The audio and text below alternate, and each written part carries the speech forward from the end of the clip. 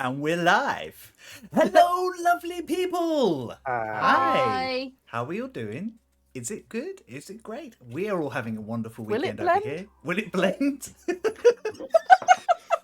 Wow, that's like 20 years old. That's so. For those of you, for those of our viewers who don't know what we're talking about, that was memes 20 years ago. Yeah. Hi everybody, we are Some Other Heroes. We are your regular, everyday queer dungeoneers, telling tales in a Dungeons and Dragons homebrew world of skyships and floating islands and deep mysteries and strange magics. My name is Chris. I use he, him. I have the absolute joy and honour of being the main storyteller and DM for this, our main and ongoing campaign. With me are 4 amazing players, a special guest, and our 3 regular lovelies, all here to come and roll dice and tell some stories with me. Top Banana Art is raiding us. A raid from Top Banana Art. Hey.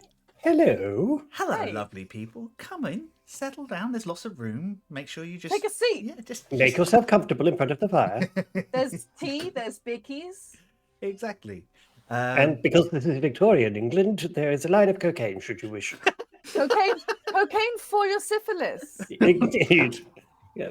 Cocaine for your syphilis, Gov? No, that's different. We're going to lose all of I'm going to restart. I'm so sorry to get you here.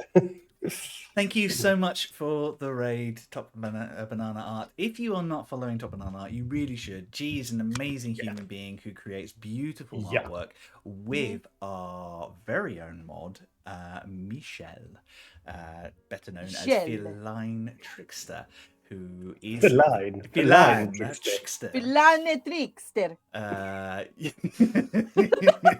Wow. You should give them a follow if you're not doing so already. Beautiful stuff. Much more chilled chaos than we're providing today, apparently. But still chaos. And a lot of sugar. Yeah, it shows. I guess we better introduce ourselves properly. D8s this week. Everybody roll a D8? Oh, yeah. God. I'm still doing this. I ain't going to work my way out. I don't know. Fuck. Wait, what's D8? Roll 1. Is that good or bad? I wasn't here for the beginning. I don't know. Means I got a 1 as well. You got a 1 as well? I rolled an 8. An 8? I got a 6. A 6. Wayne, would you like to choose who goes first? I would. I would. Would you also like to do it? Tension. Sorry, I'm just building a little tension to watch Theo squirm. Oh, that's so mean. Wow, that's mean. I would like our guest to go first. Yay. Hi. What am I doing? No, I think just introducing yourself. That's what his mouth says. What his face says is, "Why am I doing this?" I missed the beginning last time. First. Yeah, it's fine. I can go first. It's our normal thing, but I'm just making people roll for it now because the dice really threw me off. I was like, "Oh God, something's changed." It's fine. My name is Niky. I am a bespectacled man on most platforms because I am a bespectacled man. My username is a quote from Cloudy with a Chance of Meatballs. Sunny with a chance. Sunny with a Chance of Philadelphia. Yeah. Christ. You can find me it's in always Discord. cloudy in meatballs. Yes. Fuck. It's gone. It's just gone. Chris is just gone. This is just boy. I would like to point out I was very poised and very cool when I started last week. And this time it's just been fucking chaos. That's one of the reasons we do this is because it gets it all out the way before we actually start. Yeah. No, it doesn't. Totally, that's why.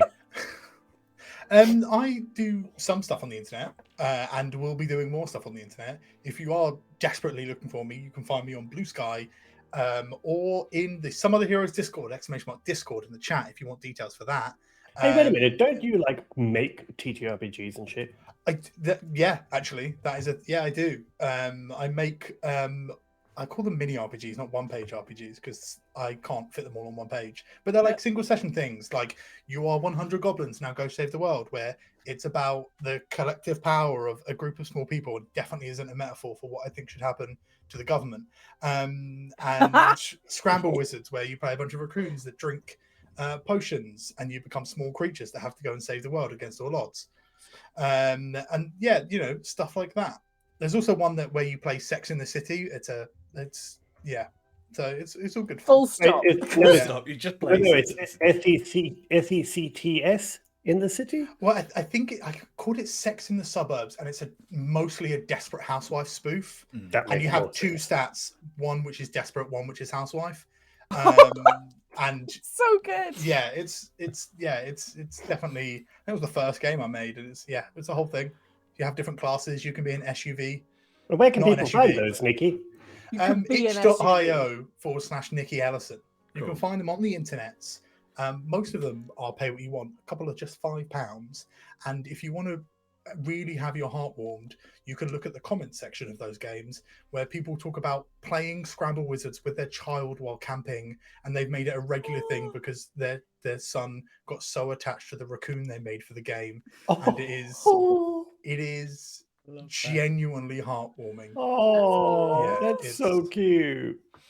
It's good. And if you do stuff with games and you want to stream or play or talk about, drop me a line and I will send you a free copy to review and play on stream or on podcast or any of those things. Good egg. Yeah. That's me. What are you doing on our game? What am I doing? What are you doing on our game? Yeah, you hanging out with his friends. You do with these freaks. Someone's got to bring the wholesome. Well, all of that stuff is to make up for what I do in public. That's really what Charity Week is. It's just to kind of make good on all the terrible. Yeah, it's balance. Amazing. Theo rolled a 6, so you get to choose who goes second. Wayne. Hi everybody. I am Wayne. My pronouns are he, him, and I shall be playing the quiet and friendly Dragonborn Rock in today's game of Some Other Heroes. Hi everybody. Hi everybody. I will forever Hi, hear that as Dr. Wayne. Nick. I know, I can't. And the first time somebody mentioned that, I went and then watched Dr. Nick's entrance, and I was like, yeah, no, that really does sound like it. Anyway, hi, everybody. So, yes, and welcome. And before we go any further, I wondered if I could take a moment so that we could do a special shout-out, because you see, on Friday was, in fact, the birthday of he who gave birth to this world, so to speak. It was in Chris's birthday. It was Chris's birthday on Friday. So if everyone could please send Chris birthday wishes, both here and on any other social channels where you may have seen him. I think most people have already, which has been lovely. Well, do it again. Oh! So yeah, that's all from me. I think. Thank you. That's probably enough. But you can't do the don't you make games thing to me and just completely leave off all of your stuff. Yeah. But everything you do. Technically, no, we he do that should at be the doing end, it at the end, and he shouldn't have done that. Okay. He's a pain. I love him to pieces. Good save. I got it wrong again. You got excited. That's okay. Yeah. I'm going guests first. So, Niky, you can choose either Theo or Charlie to go next. Theo can go next. That's me. I'm Theo. It is, you know. Hello. I use they, them pronouns, and I will be playing the confident and charismatic and definitely calm at all times, Eugene. Nothing flusters that boy. I'm looking forward to meeting this version of Eugene. Amazing. And last but never least, Charlie. Hello. I'm Charlie. I use she, her pronouns. And today I am playing the demure and serious and very scholarly and intelligent and hairless Aisling. God. Wow, you're playing a bookworm otter. I don't know. Naked mole rat. A Naked mole rat. Yeah. with glasses. Oh, what's the character Yeah. from Centaur Yeah. World? The what? The mole tour. Oh yes, from Centaur World. Yeah, I can't remember what their name is. It'll come to me in the middle of something very important later. Yep. So that's her.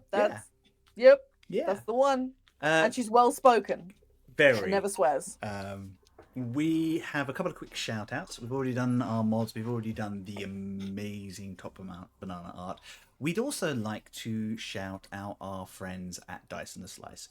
Do you like cake? And do you like Dungeons and Dragons? Well, why don't you combine those things with a wonderful podcast run Cake by Dragons. Cake Dragons. Run by some wonderful friends of ours, Josh, Alicia, Jazz, and Tom. Set in a maritime adventure with strange curses and deep gods and piratical adventures. It's really cool at the moment. They're having their own temple problems at the moment. Fuck's sake, fucking temples. Yeah, I know, right? We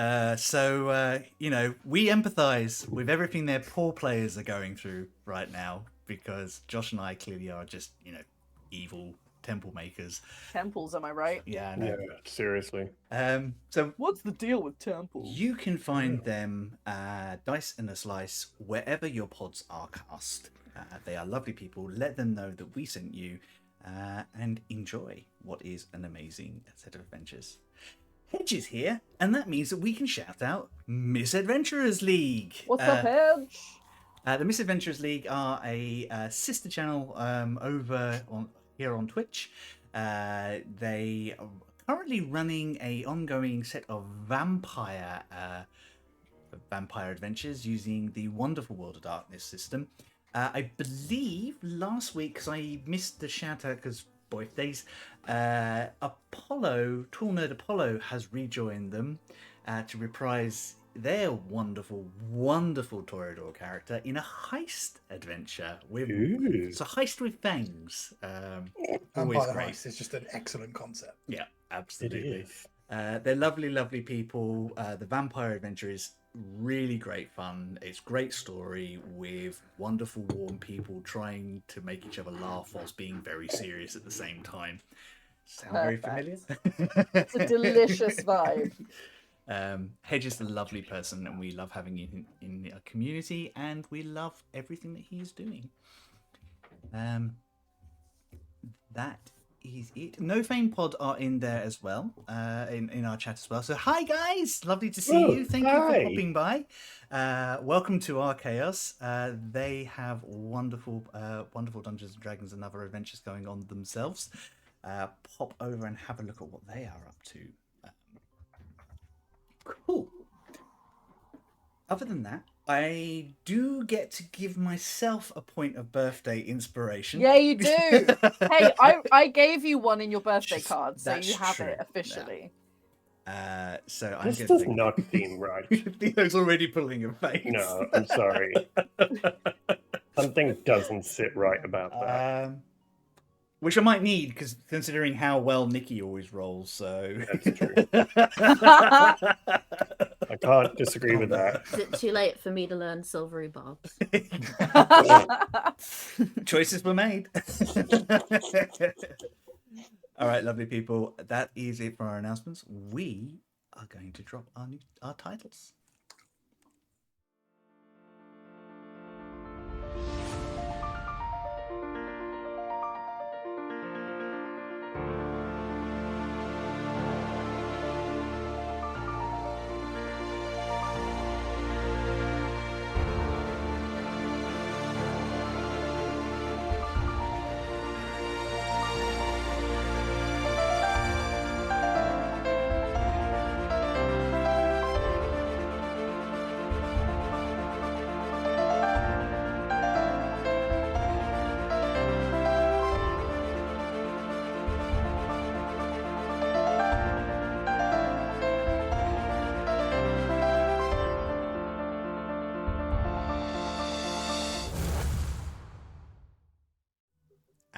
we're back. Previously on Some Other Heroes. Parshkit's Chosen are in the golden city of the elves, New Doan. They have been trying to enlist the aid of the Eternal Court, the central governing body of the elves, to find out more about the Sky Island that apparently, the Sky Temple that was built by Eugene's ancestor. As part of this, also, Eugene is undergoing his harrowing. Deal was struck. Can't tell the DM about it. A deal was struck whereby, as part of proof of intent, Eugene was allowed to undertake his active service on behalf of New Doan as a payment for being able to address the court. The active service was an interesting one. They entered one of the local small islands belonging to New Doan to investigate the apparent appearance of strange draconic creatures and allay some of the concerns of the local populace. Almost immediately upon arriving on the island, Rock was attacked by one of these creatures. A strange, warped version of a Dragonborn with the vicious intent of taking out the false heir. A fight ensued in which a new ally arrived, Scath, in very, very cool fashion, took down the assailants. All of them. All of them. In one turn. In one go. Well, enough of them to frighten the others off. Frighten the others off. Yeah. And hey, I Shit dealt like out of me. 11 damage before You guys that, so yeah, you guys got some licks in. Yeah, we loosened the lid. yeah. You're welcome, Nicky. Scath smashed the jar. Yeah. Introducing himself. Literally, Scath rolled the jar down the stairs. Yep. to be fair, like Scath did blow up a couple of innocents by accident, not really realizing what he was dealing with, which was interesting. Scath introduced himself and explained that he was also on his active service, helping out an ancient healer of the town, preparing for her last journey to New Doan to pass beyond the veil, the last act of any elf living in the Scattered Lands. With the help of the local Emerald Guard, they tracked down the last of these draconic creatures, a very intelligent magic caster who summoned a behemoth of a twisted humanoid giant dragon. Fight went well on the side of these allies.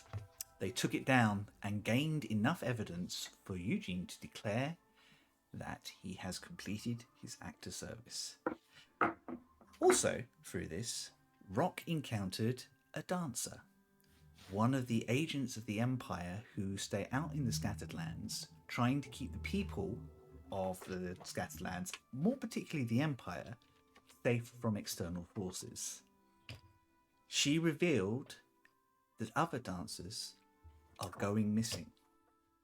This is the second time Parshkit's Chosen have received this information. We will return to New Doan. Our eyes settle on a cloud cart just turning into the Zilman estate. 4 weary figures and a very excited grandpair, Zilman, wittering away about all the wonderful things you've done all the way back. Turn in. Standing in the courtyard is Taletta and Zadia, who are just waiting for you to come back. Cloudcar arrives, and Taletta's classes that kind of very casual, calm, cool glance that she has across all of you, just making sure. I think Aisling can pick up on this. She's just making sure that you've got all your limbs and the like. Yeah, I was just thinking that. Without making a big song and dance about it. And her eyes do settle on Scath, and her eyebrow does. It's not a. It's more of a. Oh, I wasn't expecting that. Moment. Same Can to we the keep fairy. it?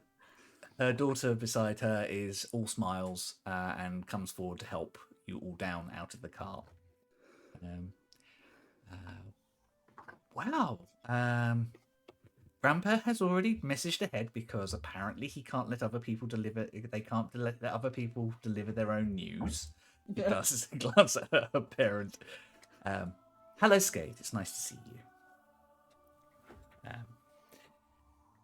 you.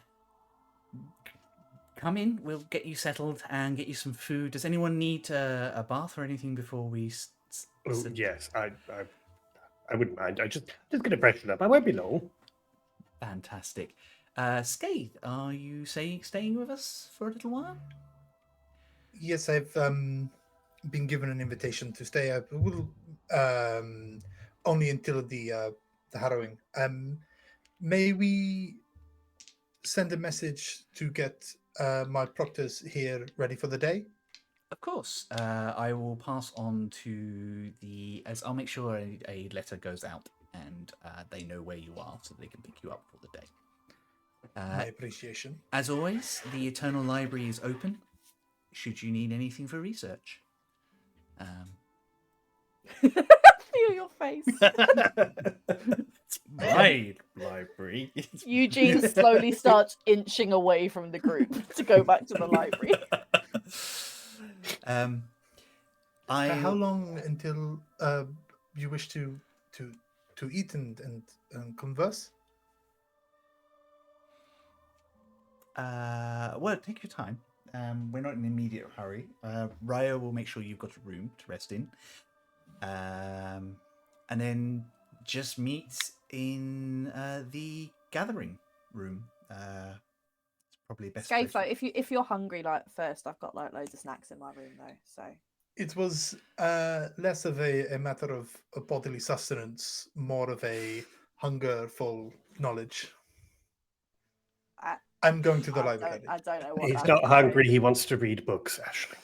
That doesn't make any sense. I know. Okay. But you know the way, and Ryo is in attendance, so just let him know that I said you can access. As for the rest, I think Scath looks. Sorry, yeah, I think Scath looks like turns back and just kind of looks at Eugene as if like to go, "Oh, you're not okay. No, that's fine." And then just carry on. I don't know what to do with myself now. Oh! What does Eugene want to do? I think he's got that like decision paralysis now because he wanted to go to the library, but now it's got awkward because now if he goes to the library, it's like he's going to the library because Scath expects him to go to the library. But also he does want to go to the library. Everyone but also... knows Eugene wants to go to the library. Your When does grandpa Eugene not want to go to the library? Your grandpa leans and goes, technically it's your inheritance, so you have more rights to be there than he does. Wait, I get the library? It's part of your family inheritance. Your duty as Zilman will be, if you choose to stay in Nuduan at any point in time, will be to attend and keep the library. Oh my god. But that's not a decision you need to make right now. But I do think you may have a little bit of sort of viscera on you. So why didn't you freshen up first, and then you can pop to the library then? Fairly certain Eugene looks quite clean to my eye, Aisling. It's the whole staying away from the battle thing. Well, I would help remove the viscera with my mage hand, but don't think Eugene likes that anymore. Very touchy since that last lockdown. But yeah, no, I just thought maybe you'd like to freshen up before you go to the Zilman library. I think Eugene kind of looks at Rock quizzically for a minute because he's not really sure if, like, he's trying to, like, send him like a secret, like a double-coded message. I think Like- Rock probably does a couple of seconds of doing a meaningful look, and then remembers he can just speak telepathically. So Rock kind of just looks at Eugene, and the two of them are staring at each other for a few seconds, and then Rock goes, and in your head you just hear, well, I thought it might be awkward if you just sort of follow him in, so I'm giving you a reason to take a few seconds. Oh, okay. Sure. Yeah, I'll freshen up first, and then I'll go to the library. That's a great idea. Let's all have baths. Not together. Oh. I don't know that I necessarily need a bath. I just maybe a change of clothes, and then library. Yes. I'm gonna have a bath. I saw so many fancy pants shampoos and stuff in there. Oh, you come out all fluffy. I would. Okay, Ashley's gonna go have a fluffy bath. Awesome. Well, I'm sure we can find a spell to sort of blow dry you, and then you'll really do a whole proper. Gust. Yeah, I look like a Pomeranian that's been in a tumble dryer. It'll be adorable. Totally. Anyway, yes. If you would excuse me, I am going to just sort of go and clean up a little, wipe the blood from where I was wounded. Yes. Oh, yeah, I'll see you all at dinner then. I assume. And Rock's just going to wander off, mumbling something about trying to help, and then go to his room. Oh my God, such a bitch. Eugene, what do you want to do? Do you want to use my bath because you got your den in my room, or did you? You can have it first because you don't want to get in it after me, and then or did you want to use the one in your room? I'll just go to my room. It's fine. Okay. Thanks, though. Less hair in the plug hole. Yeah, she always forgets to take it out. She tries to remember to do that thing where you stick it on the wall after you've washed your hair, but she always forgets. I think this place is amazing. I'm sorry, what? I'd skip right over that one deliberately. No one here has clearly had Where is long hair that the comes thing? out when you wash it. Charlie, I know what you mean. Don't worry. It's Why do you Guys. stick it to the wall? So right, okay, thank you, Michelle. Seriously, if you've got long hair, you get loads, you get some on your hands, and you don't want it to go down the plug. So you go like this, and you stick it on the bath or the shower wall, so it doesn't go down the plug hole, and then you wait get for it your partner afterwards. to go into the shower after you and have to take it off of the wall. Oh, and then you Oh see my the mural. God. Just get one of those things you put in the plug Oh, hole, guys. yeah. Nah, To stop stick it hair on the going wall. down. Stick it on the wall. Oh my God. Anyway, See? Everyone- personal Anyway, sorry. bathing habits aside, you all managed to relax. You can take a short rest if you need to, and bathe and clean. I think Eugene fluffy. probably doesn't take quite as long as Aisling and Rock do. One, because you actually were nowhere near the viscera when it happened. And I am, as Michelle said, making potions. Yeah. So I don't think he actually is going to have a bath. He just went to his room, waited for an amount of time that he thought was normal. does and he then just went run to the library. tap and sit there for a while? No. Dear. Oh my God. Dear. And you wander back to the library. Is Scath looking for anything in particular? It's quite an extensive. A few things. Yeah. I think his expectation is that the Great Library would hold logs, either fictionalized, dramatized retellings, or more accurate historical logs of previous gauntlets, Thought you meant previous Harrowings. Yes. So I think that's this is the first time he's probably been in this library without grandpa there. So he's I'm going to gather books to a thing and some more advanced kind of sword magic stuff, and maybe some books on abjuration, because the high level spell he's looking to hold is guards and wards. Nice. So he's looking to read and understand them, because abjuration is not his preeminent school of magic. He's looking to kind of understand the core of abjuration a bit better. Wonderful. Make me a general history check, which is kind of a counter for research. No problem. 26. It was a 19 on the dice. Lovely. With a 26, I think you can ask me 3 questions about the subjects that you want, and I will give you a complete, as honest answer I can possibly can. Okay. In which case, the first question is the previous failed harrowings, as in ones in which people succumbed to magic or people failed. They couldn't like answer the call successfully. What was the task befallen to them? So it's specifically looking to learn from historic failures over successes. Interesting. There's a number of lists of, some of them do feel very fanciful as you kind of get into them. Like they've had a few bards spin some words around them a little bit. But there are some factual accounts that you find from more recent failed harrowings. Most common is sorcerers. Having that natural connection to the flow of magic is always inherently more dangerous, even if it is handier.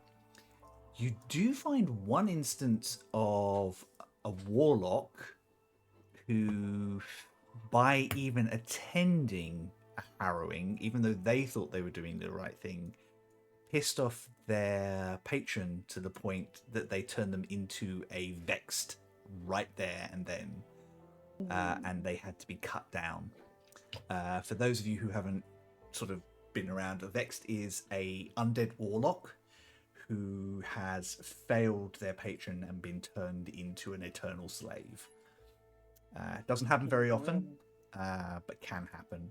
Take note, Aisling. Alabaster better not pull that shit.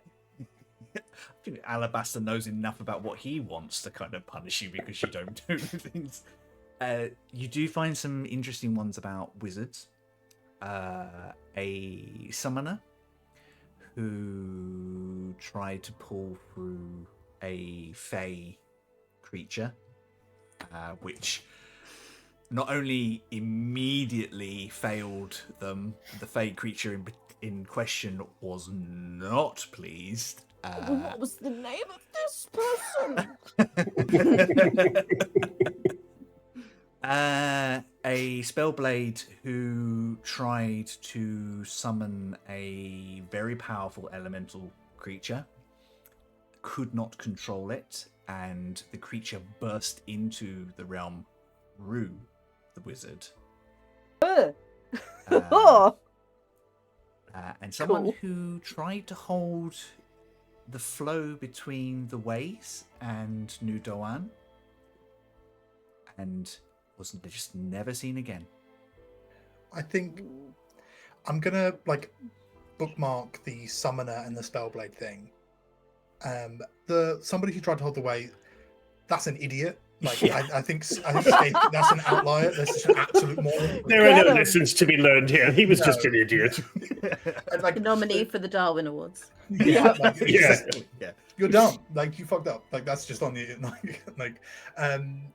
So I think stick a bookmark in those two things. That was really helpful, just so you understand the justification. Yeah, Scath is very aware of survivorship bias and going, I did this and it worked, and it's okay, but if you're not in the exact same situation, that might not work. There's so many variables. You learn so much more from the things that fail than you do the things that succeed. The interesting thing is, of course, you know, and I think Eugene has definitely picked this up as well. They know you will look into this, so they know that you know what has succeeded. Each harrowing is individualized as much as possible, so they will be prepared for the fact you've gone and looked up Yeah, how they did I- this. Like, it's due diligence, right? Like Yeah. if you're planning on attempting the harrowing without having looked up previous harrowings, you're going in essentially unarmed. But yeah, I think Scath is looking for where the people fell short. Yeah. Like I don't think he's trying to predict what his will be. It's specifically where the people have fallen short. The thing about abjurative magic, it's more about how you interact with, like, he don't know some quick abjurative spells. Guards and Wards is not a quick spell. No. It is a very big spell, in fact, and covers an absolutely huge area. So it's more about kind of how the caster interacts with the magic, doing something abjurative over such a big space. Like that. Roll me an Arcana check. Yeah. For your second 13 on the dice, and I don't know what my Arcana is. Dirty 20. Dirty 20. When it comes to your spell, you can add a d6 to the roll you do. Because even though you're not an expert in abjurative magic, you now you can see some patterns and how to weave it into the song that you're creating through your sword. Yeah. A bit better. Nice. And your third Amazing. question. I don't think it's really a question as much as it is. I think he just wants to spend some time on the basics again. Yeah. Of being a blade singer. It's not that he doesn't know these things. It's a case of he needs to go from conscious competent to unconscious competent. This stuff needs to be like ingrained within him, so the point where when he's not like thinking about it, it still happens, kind of automatic. So I think that's more just the basics of like a blade song and such. Yeah, I think because of the nature of the types of wizards that are raised in his family and the fact that there are multiple blade singers, even in the library, there is a practice, like almost like a dojo area, where all the basic forms are up in beautiful painted scripts on the wall for people to kind of just run through. And I think this is something that Eugene's grandpa would have imparted quite quickly. Never stop practicing the basics. Yes, like sword forms and all of that kind of stuff, so that even when, like, if he takes a big knock to the head, like that, the muscle memory's still like in there. Yeah, that's brilliant. Cool. I think you're running through. You've run through the blade forms, and you're probably re-practicing some of the basic, rhythms and songs when Eugene comes in to the library. I think he does that awkward thing of like not sure whether he should like make eye contact or not because he's busy, so he just sort of the book of historic harrowings with the two bookmarked things. He just immediately slides down the table towards Eugene.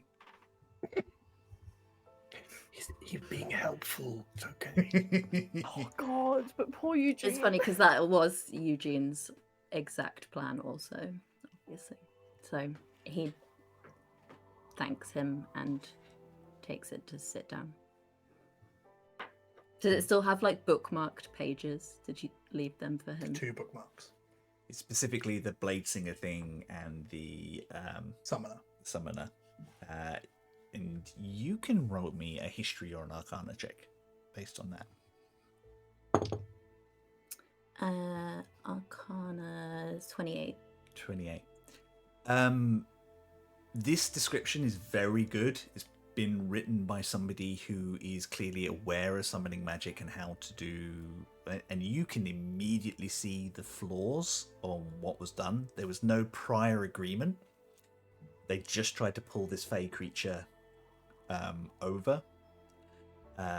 There were not enough wards. You're kind of looking at this kind of going, I could probably do this, or I can definitely learn enough from this to know how to put safety measures in place. So you also may have a d6 for using on your spell. Woo. Yeah. There are many that have come before.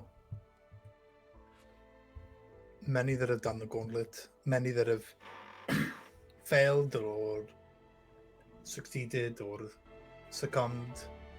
There are some choice morons in that book too. But I think it's important to know where the people whose footsteps we follow have fallen. If you look and it kind of gestures to the other bookmark, and it's like, there are some people who have a discipline for so long, like that blade singer, and in a moment of panic seeks to imitate somebody else.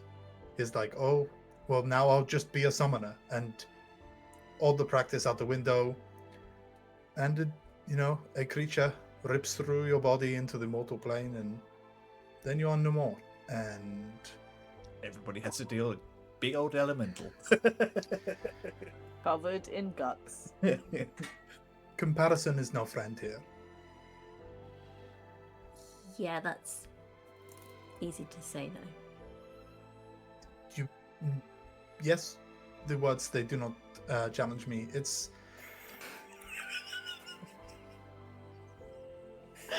only a couple of syllables, Eugene. Jesus. Scath is the autistic hero we all needed. What is a mask?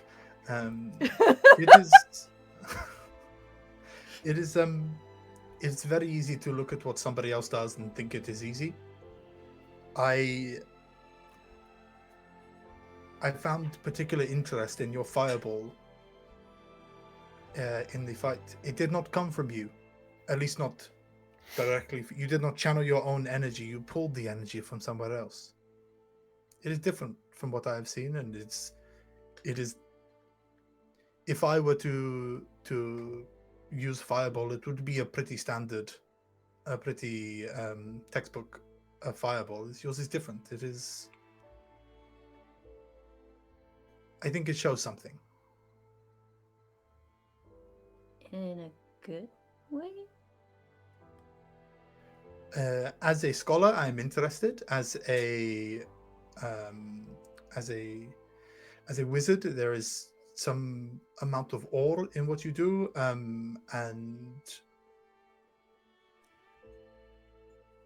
it's good. These spells, they're yours. You have full control. You're not copying pictures out of a children's book. You have made the magic your own, and I think that is important. Eugene, that was always Tythig's thing. He can teach you and take you so far, but ultimately the magic needs to be your own. It's a very gnomish way of approaching magic. Can I ask you a question? Of course. Why did you want to learn magic? This is a warded library, isn't it? Yes. Not because they don't trust people, but just to protect the books within it. If you will join me in the dojo, this is delicate. Scath is going to cast a spell, and him and Eugene are going to be sat at the table. Illusions of him and Eugene are going to be sat at the table, poring over books as he casts Mislead. Nice. And they're going to move around to like the dojo with all the. There is only so much I can tell you, and there is less that I can tell most. All of this around us, and everything beyond the walls, and it is fragile, and I come from a line of people that protect it in many ways, and I cannot be there without being useful. I cannot be a burden on the people that protect that fragility. So I seek to become strong and become capable and follow in their footsteps so that I may rejoin my family, rejoin my people, and live in service of the elves. Where is it that you're from? I mean, you just said away, and that's sort of vague. I thought that was interesting for someone so direct.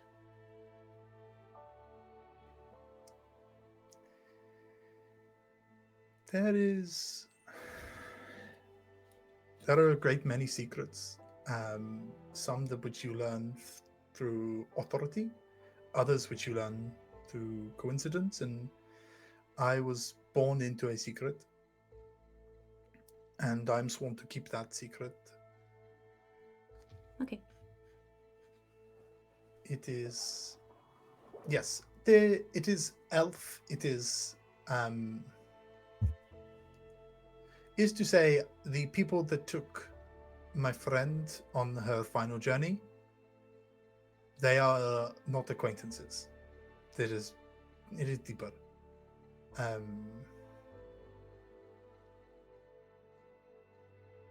Yes, this is as much as, and I need to.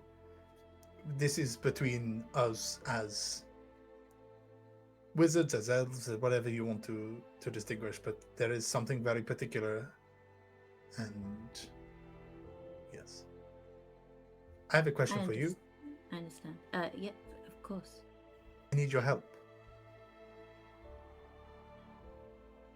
My help? Why? Well, you are here. The wooden dummies, they pose not much of a threat. Oh. Like right He's gonna now? hang his cloak on a little hook and pull the dagger off his thigh holster and hand it over to Eugene. You want me to stab you? I want you to try. I don't think that's gonna be very useful for you. Why not?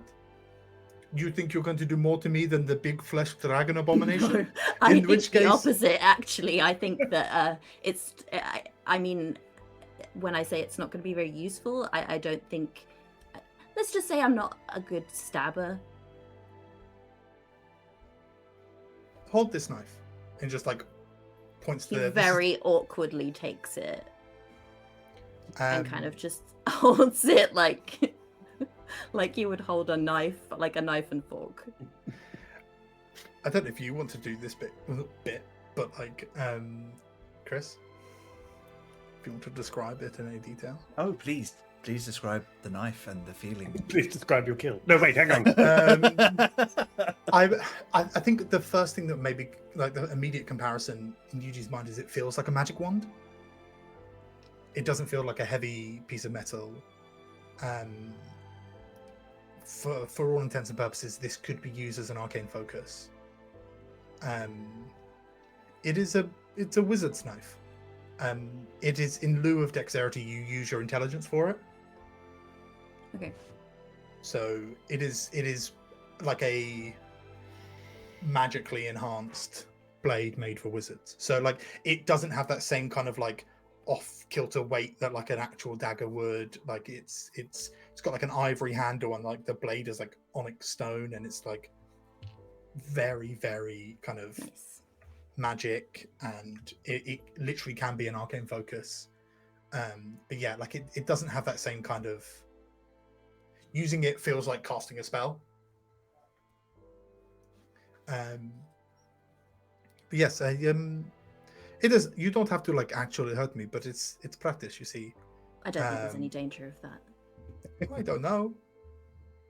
Suddenly, your spells are casting, so you can, if you're kind of doing a gentle spar, you guys can, both roll your respective attacks, and Eugene can roll using their spellcasting modifier instead of dexterity. I am specifically just trying to not get hit.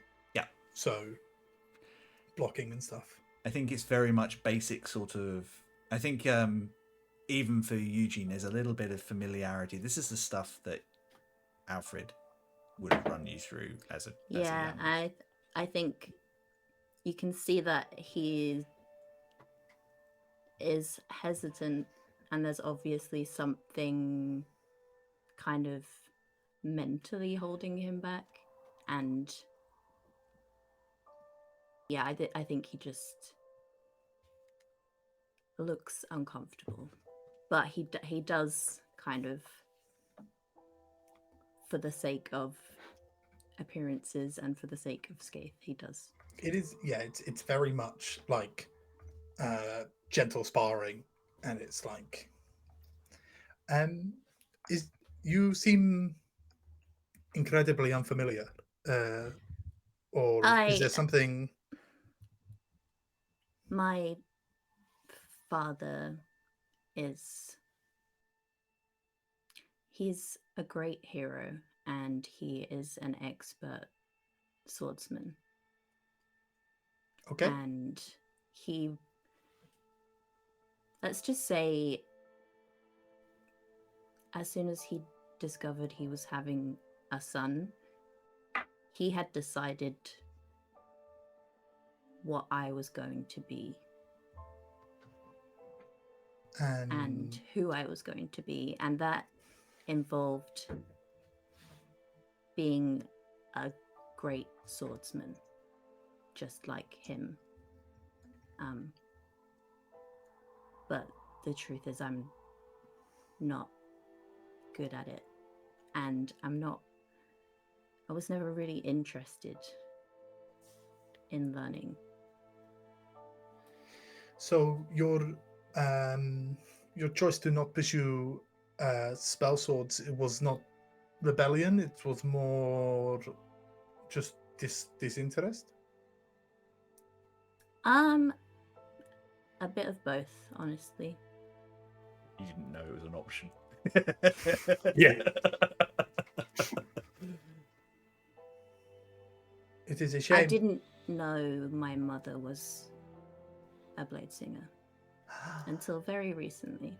And this is why you feel no kinship with the name. It holds very little for you. And to me, I just have a sort of negative association, I suppose, with swords and daggers. It is... Because for so long I felt like that was who I had to be, and that I didn't have a choice. The blade is heavy. It is... They It say can you be. live by the sword, you die by the sword, but also people who do not live by the sword still die by the sword. So it holds very little water in my book. It's...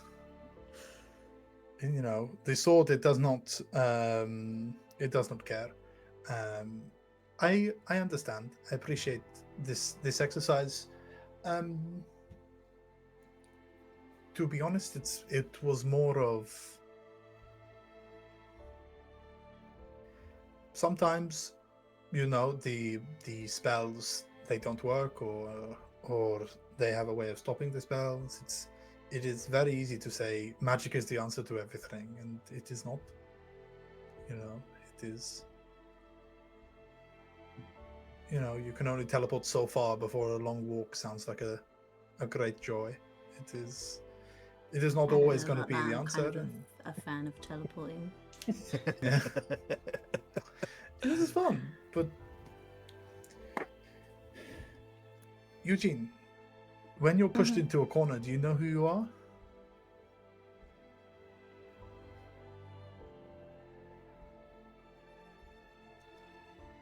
This is not a threat. Or... It is... This, you will be pushed into a corner. You will be back against the wall, and you get to decide who you are in that moment, and you can think on it beforehand, and only the true trust will tell you who you are in that moment. But that is what the Harrowing is. You're going to be pushed to your limits. So all of these things you hold on to, there is a good chance they will be used against you. I mean, this is a warded library, but I would not be surprised if at some point during the harrowing, some spectre of your own father appeared. It is exactly the sort of thing. It is exactly the sort of thing they would do. But in this exercise, it's difficult because all you do is you pick apart your own weaknesses. You will never get rid of them all. You have to decide which ones you're okay with.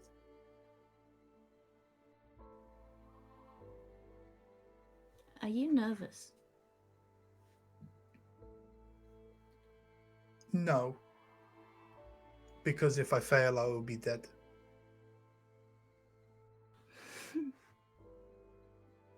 Well, if anything, you put your mind at rest, that'll do it. That doesn't worry you.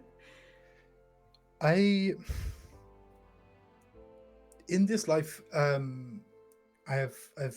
this is not a life that somebody has put in front of me in any real pressure. I think there is want for me to do this. I think there is expectation.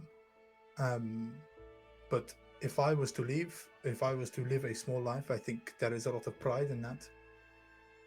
I'm doing this because it is what I want to do, and I believe wholly within my heart that I have the potential to help people, and I need to do this to help those people. And I have said yes to the harrowing because I know that if I pass, I can do tremendous good, and if I fail, then that is what is written in the stars for me. There is no shame in failing. There is no pity. There is just what is left. And maybe that what is left is nothing.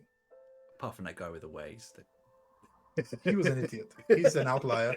He's a statistical outlier, and he should not be counted. Are you nervous? Yes. Yes, I am. I agree with you. I want to do this because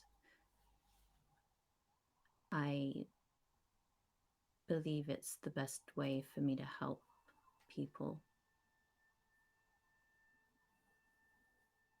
And I believe I know I am capable of succeeding the harrowing.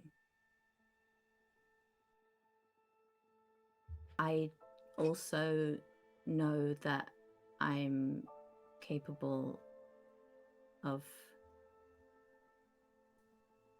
failing. I think in some ways I am my own worst enemy. The only thing I can see causing me to fail is myself. I mean, I understand. I think where I have haste and this sense of duty, you have faith in the people around you, the things you summon, and it is a good thing to have a chip on your shoulder. I don't know if you saw in the book, but there's one person who tried to hold the link between magic and Nidhuan. They're an idiot, and that is what unchecked privilege does for you. It's ridiculous. It is. I know where I can fail. I absolutely know where I can fail, and I think that's how you succeed. People spend a lot of time studying victors and going, I'm going to do the same thing. But when somebody wins, you can't really pinpoint why they win. When somebody loses, you can pinpoint exactly why they lose. Now's not the time to change how you do things, Eugene. You're an incredibly prodigious wizard. Family line or not, you're very powerful. Pulling balls of fire from other planes rather than just pushing your own wizard energy out. Some may say that that's the hard way of doing things. It is. It just made more sense to me. It is smart. Maybe you're less tired after a day of spellcasting because you put your faith and your trust and your love in the people around you and the things that you summon, and it's important to continue to do those things. Because if you change up now, you're destined to... I mean, look at the spell sword who thought they were a summoner in the middle of a fight. Can you imagine changing magic schools in the middle of a fight? Ridiculous. Maybe we should swap. We should swap. Yeah. I mean, it's a fun cloak, but you're struggling with the knife. Yeah, I don't think I'm ready for swords. It is... You will be backed against the corner. But that is okay. Just look for the things that you decide make you who you are. What are the things that make you who you are? Your duty. That, and I would say I'm fastidious. It is haste and honor. It's who I am.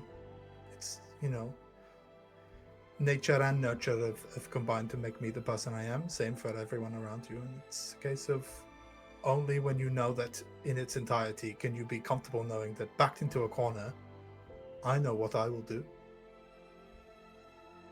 Because I am practiced and I know myself.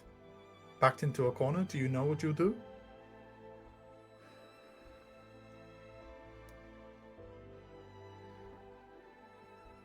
Yes. What is it? I mean, in theory, yes. What is it? Well, I don't know. I guess I'm just hoping in the moment it will just happen. That's okay.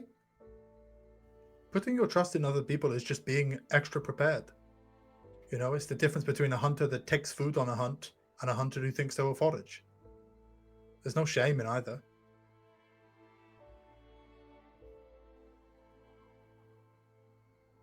Also, we need to talk to your friend, Aisling. They're a warlock, no? Yeah. Yes, there was a warlock whose patron didn't want to do the harrowing, and there is maybe, given the nature of the harrowing, the patrons maybe are a little bit more powerful and just kind of took over. And yeah, so just get them to double check with their patron. I don't know, your outsider friend, they have some kind of religion stuff going on, so it's maybe good to know. Maybe I don't know their whole deal, but Oh, you mean Rock? yes, the outsider. His name is Rock. Yes, it's a rock. Yes, like the stones. Sure. I don't think Aisling's patron will have a problem with the harrowing. Actually, between you and me, he's who I'm planning to summon.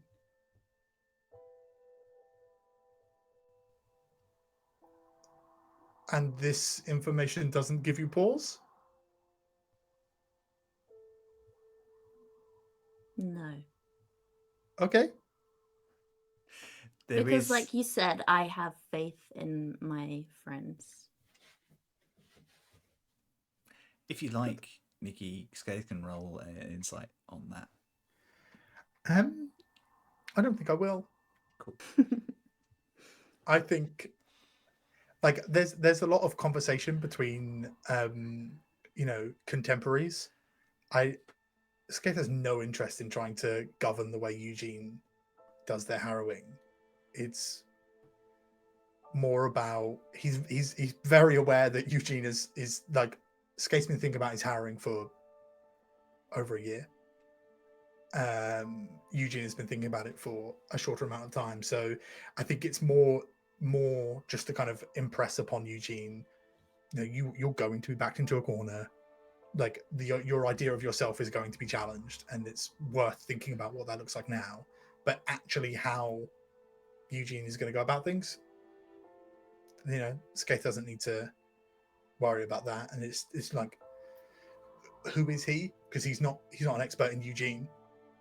Like all wizards are an Eugene's expert not in a even very an expert in Eugene. wizards have like a very tight understanding of Yeah. magic, like the magic that they know, and it's like Gee, very good point. It's one of the things that they try and do in New Dawn is they try and broaden the number of magic users in who observe the Harrowing to make sure that it is not just wizards bigging up wizards. Wizard bias. Wizard bias, yeah.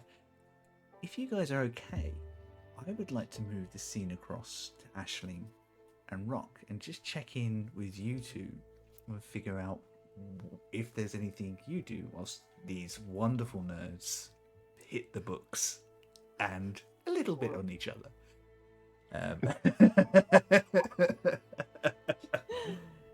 Can we stay with this theme till the smooch? We're the enemies to lovers. Yeah, Yeah, literally.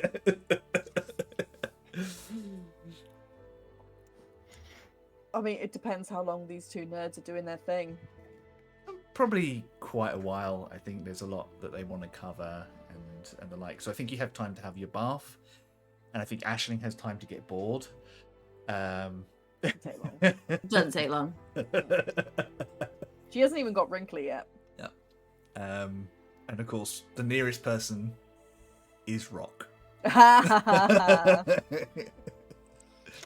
Well, the thing is, so Rock will sort of take his parting from Aisling to go and clean up, and I think Rock will then find one of the grown-ups in the household. And Rock's going to just ask if there's anywhere that he can go and just practice a little bit with his sword. So somewhere that's sort of outside, somewhere that he can just sort of on his own just do a bit of practicing.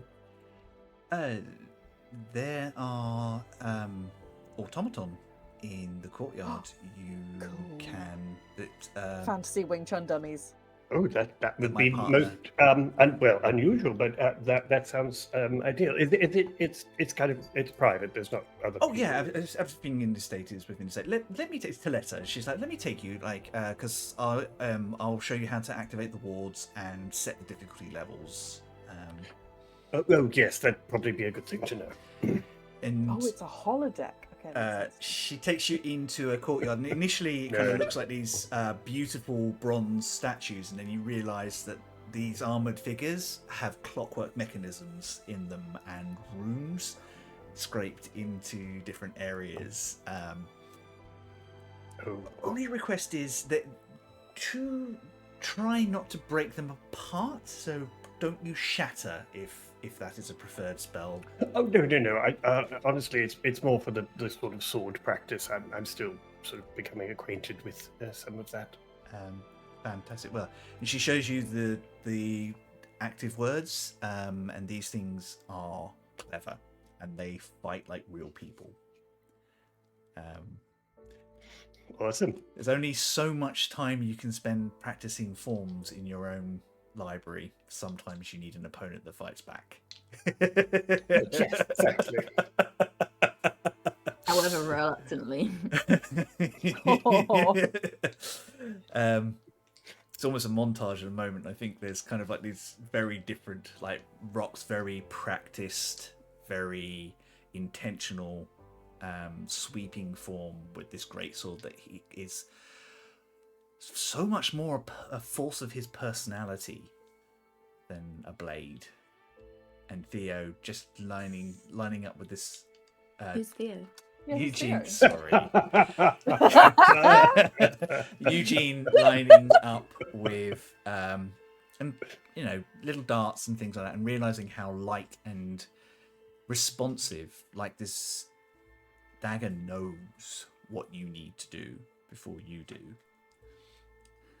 Kind of this subtle reflection. I think Aisling, you kind of knock on Rock's door, And Oh yeah, she thoroughly turns up at Rock's door, like still like soaking wet from the bath. She's just pretty much shaken off like a dog. Yeah. She's like, that'll do, it'll be fine.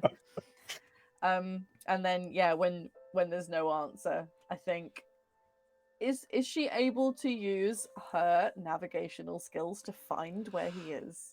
Not necessarily where he is, but certainly around the house. And I think you know where most of that you can ask any of the servants or staff or any of the household members who you bump into where he is. I want to track Rock down. Yeah, it's easily done. Okay.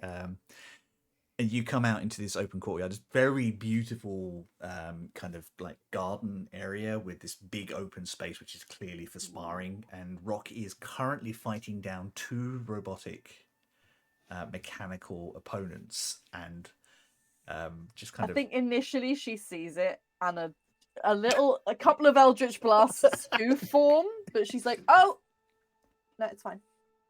Okay, and she doesn't want to disturb him for once. So she just sort of plops herself down somewhere and just starts almost like giving Alabaster like a pep talk to be like, right, you gotta fucking turn up and you gotta make sure you do it well and you gotta do this for Eugene. Should I roar? Would that be more impressive? You gotta make it like dramatic. It's gotta be drama. Like, make it. Me? I know. Very dare. I'm so sorry. You're gonna have to somehow be dramatic, but like make it so it's easy for Eugene to do it, but also make it look like it's hard. So like it looks like Eugene's doing something like crazy impressive. I will be completely honest with you, Aisling. What Eugene is about to attempt is crazy impressive. Oh, yeah. And as much as I want to just turn up and help our friend, it is totally going to be on him. Oh, so you can't, like, ham it up at all? Oh, I'm totally hamming up when I arrive. It's going to be like, who summons the great Alabaster? Yeah! Perfect. All proper, of like, that. Genie style. Yep, yeah, absolutely. Yeah. What powerful mortal binds me to their will? You know, definitely all that. Completely. All that. If you could make fire happen, that would be great. Fire's not really my thing. No, you kind of do post-fire. Yes. Like the lots happens afterwards. Lots of smoke, I think, yes. Okay, yeah, you can do some of that. Is there... Because you, like, live in Micranium, is there something I could do to make it easier? What could I do? I don't just want to sit there like a Tupperware that's keeping hold of you. You know, technically, what you need to do, from what I'm hearing, everyone, you are satyr-shaped Tupperware.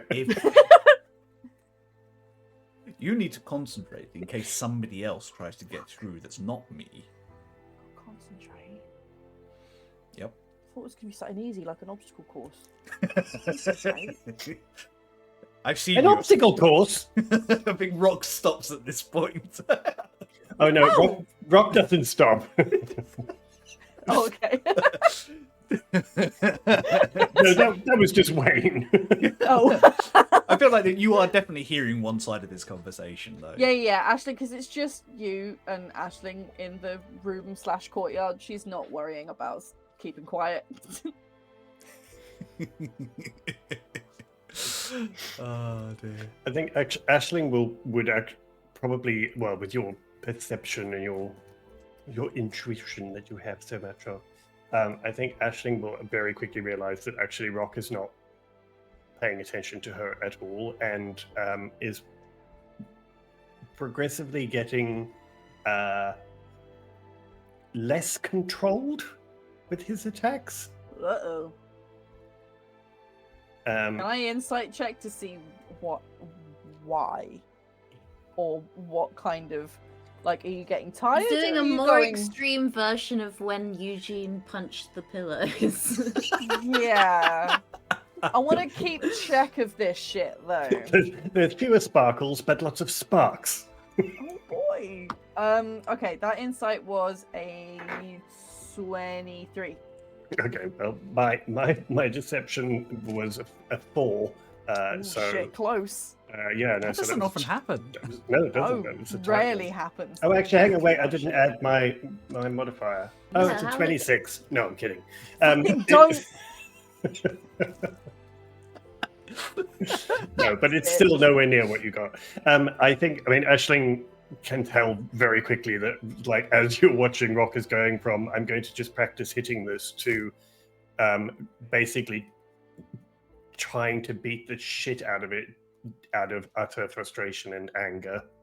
Can I tell if it's a catharsis or if it's something that perhaps should be intervened upon? Or is this not something that I could pick up on?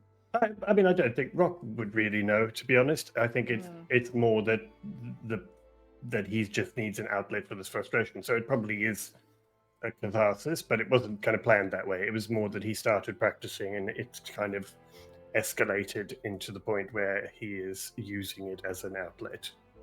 I think I'd leave you to it then. I think I'd stay and keep an eye, and when you inevitably collapse sprout crying, vines. yeah.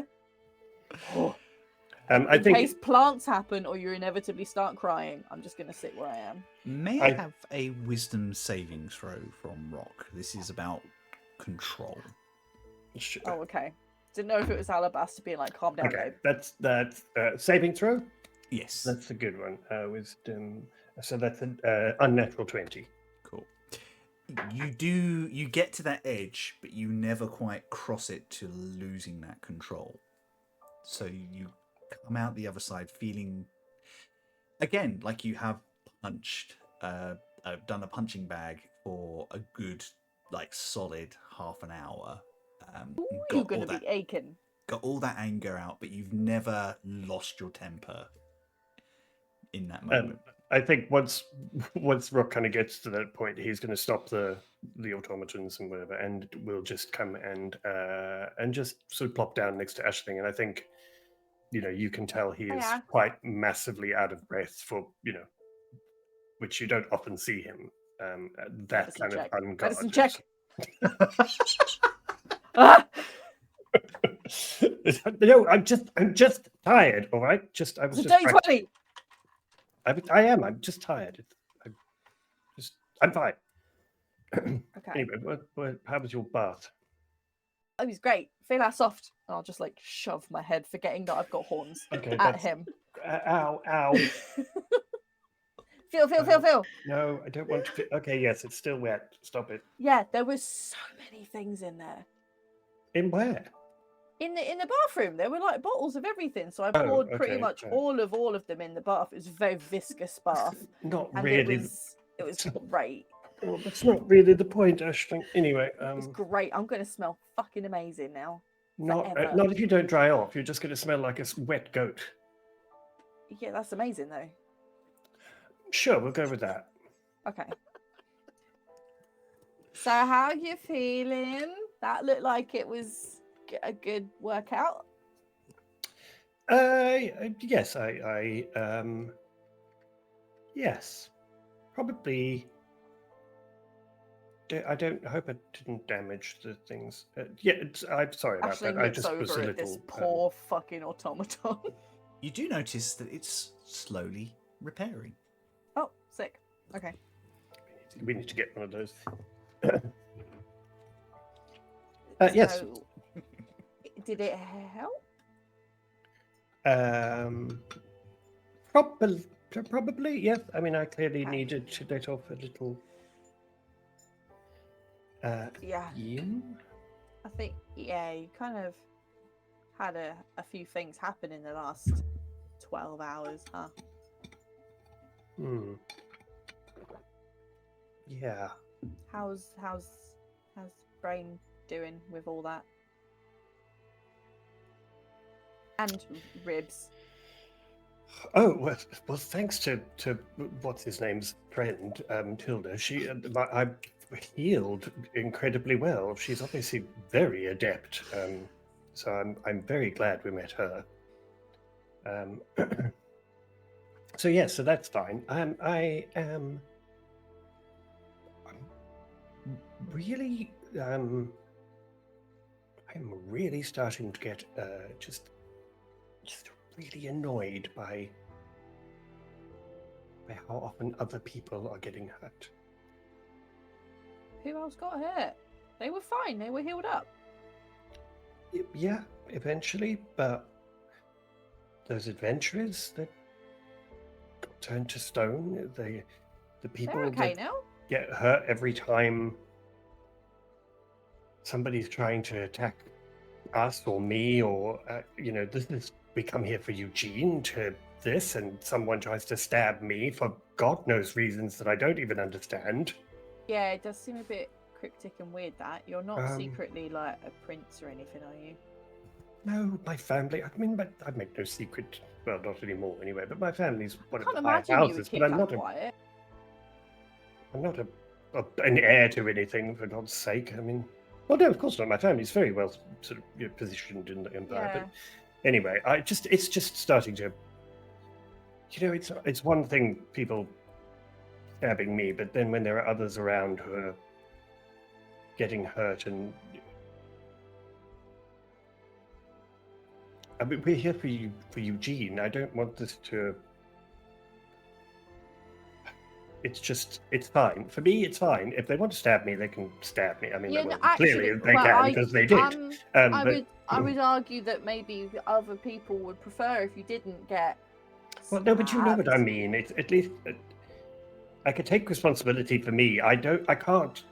I'm just tired of other people being hurt because of whatever the hell is going on with this ridiculous air of rubbish. And anyway, so yes, so I just needed to let off a bit of steam. It's frustrating, isn't it? You know, none of it's your fault though. Like, you've just been doing good things, and if someone else has misinterpreted some bullshit because they're thick, then it's not your problem. It doesn't matter. To me, they were trying to get to, and literally an entire quiet village was in the middle of a battlefield with behemoth dragon abominations. And yeah, but it was those twats who kicked off. It wasn't you. Yes, but they wouldn't have kicked off there if I hadn't been there. Don't victim blame your own damn self, bro. Oh, I'm not. But if I hadn't come, it wouldn't have happened here. Oh my God, you're literally doing exactly what I said not to do. I am not. You fucking are. It's not my fault. She's going to give him a very angry hug. Because she can feel that he's feeling some kind of way, and she's just like, fuck's sake, Rob.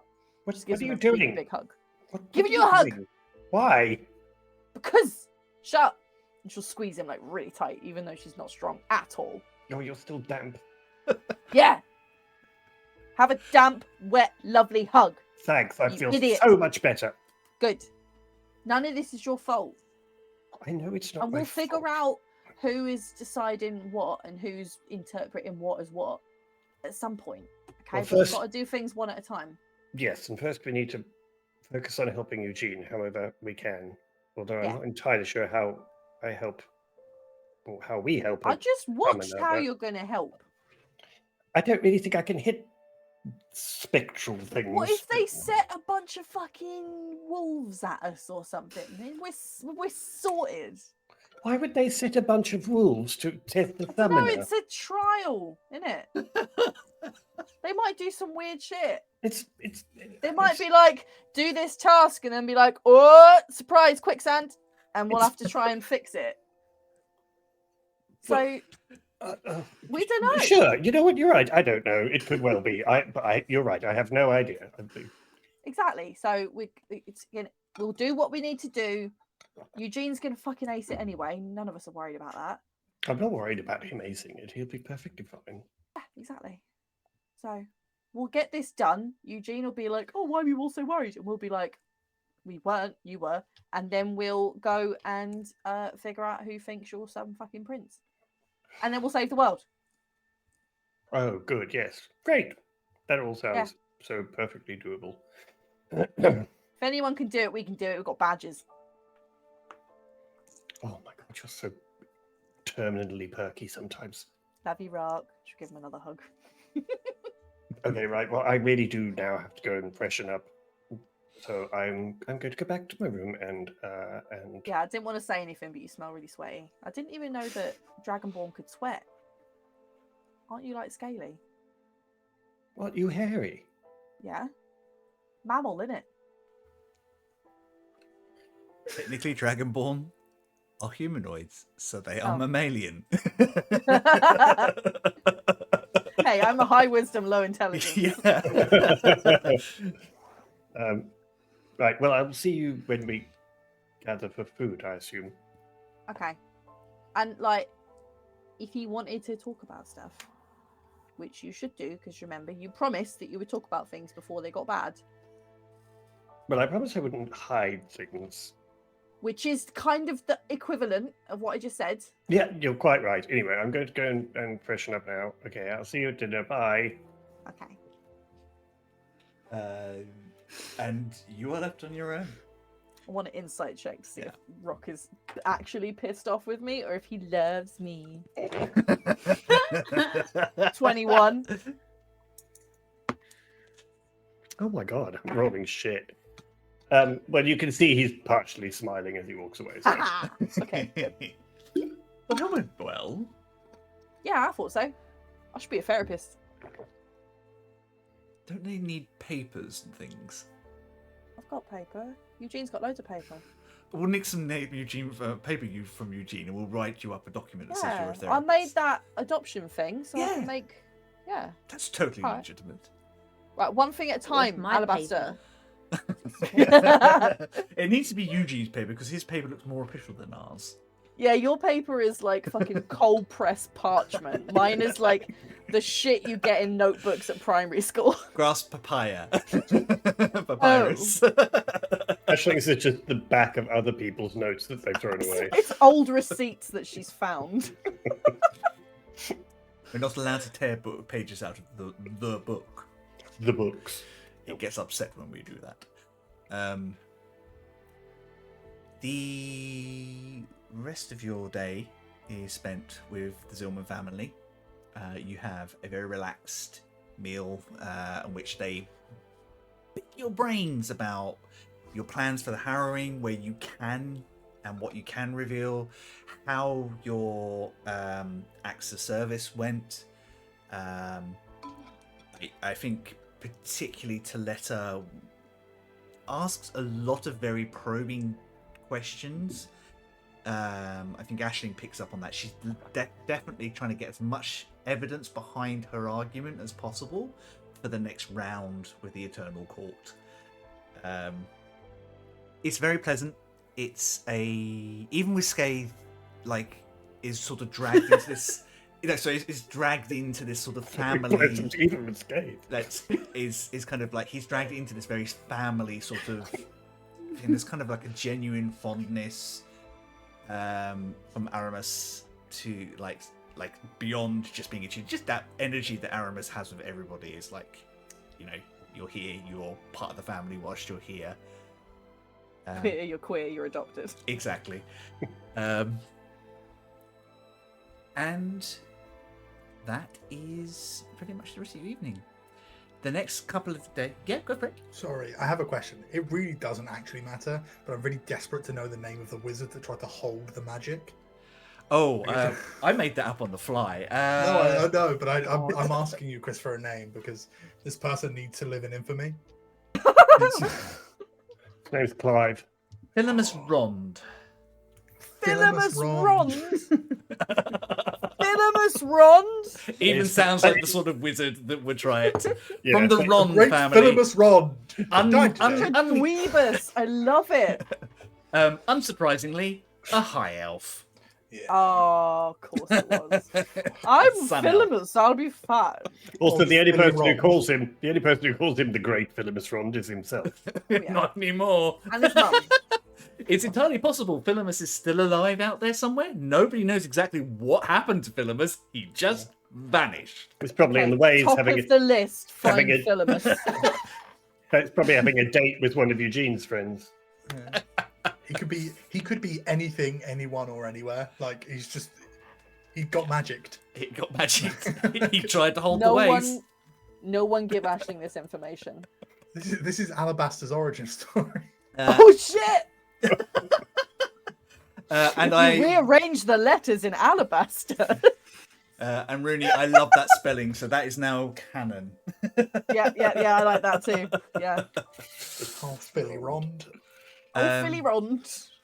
Your next couple of days are spent in a lot of research, a lot of practicing, a lot of looking into preparation and the like.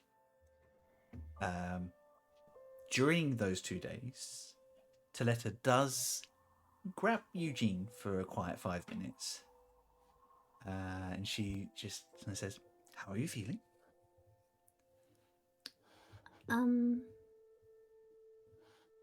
Honestly, I'm a little nervous. Good. Nervous is good, because that means you are thinking about what you're doing. When I say a little, I actually mean A lot. A lot. I was terrified for mine. And so was your grandpa, truth be told. Really? Yes. Well, I mean, the year before, some idiot Bladesinger tried to summon an elemental, and it had left a very bad mark on Bladesingers in general for a few years. Something Not to mention on the floor. Your grandpa. Can you imagine a poor lava elemental showing up covered in elf, not knowing where they are? The poor thing was absolutely besides itself. It took us ages. You don't know where the elf has been. It took us ages to calm it down and return it. Not to mention the damage to the Scolistus as well. As it went everywhere. Anyway, I wanted to give you a small gift. It is actually a little bit of your inheritance early.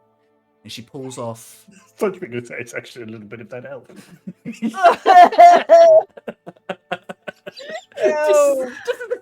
Okay, thanks. She pulls You really off... don't have to. She pulls off one of her rings, off of her little finger, a platinum ring inset with 2 sapphires, which she pops in your hand. While wearing this ring, when you cast a big spell, such as, from what I understand, you're quite a dab hand with fireballs, any of your, up to 2 of your allies in that area can be made immune. That's awesome! You can only do it once per day, but it's helped me out on a number of occasions. That's so cool. Are you giving this to me? Well, it would have come to you eventually. Thank you. Sadia doesn't need it, and your mother would rather people like you had it, I'm sure.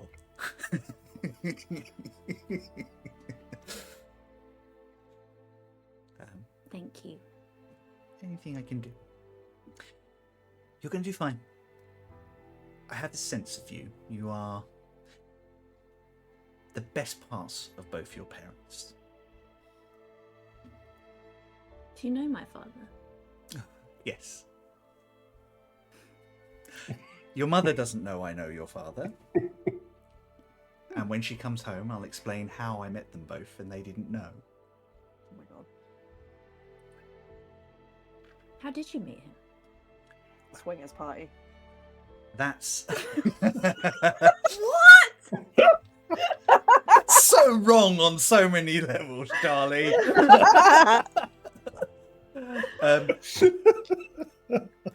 No wonder it's awkward to talk about. That's for me to know and you to learn true polymorph later. Everyone in this family is so obsessed with secrets. It's not secrets. I just wanted to make sure she was happy. And Well, I what do you don't think of approve. him? Well, I don't approve. Okay. But I think he'd get on with your grandpa. Well, everybody gets on with your grandpa. It's infuriating. It's not much of a recommendation. Why don't you approve? I think she could do better. I agree, honestly. I see a good man weighed down by his own ego and fear. Get him.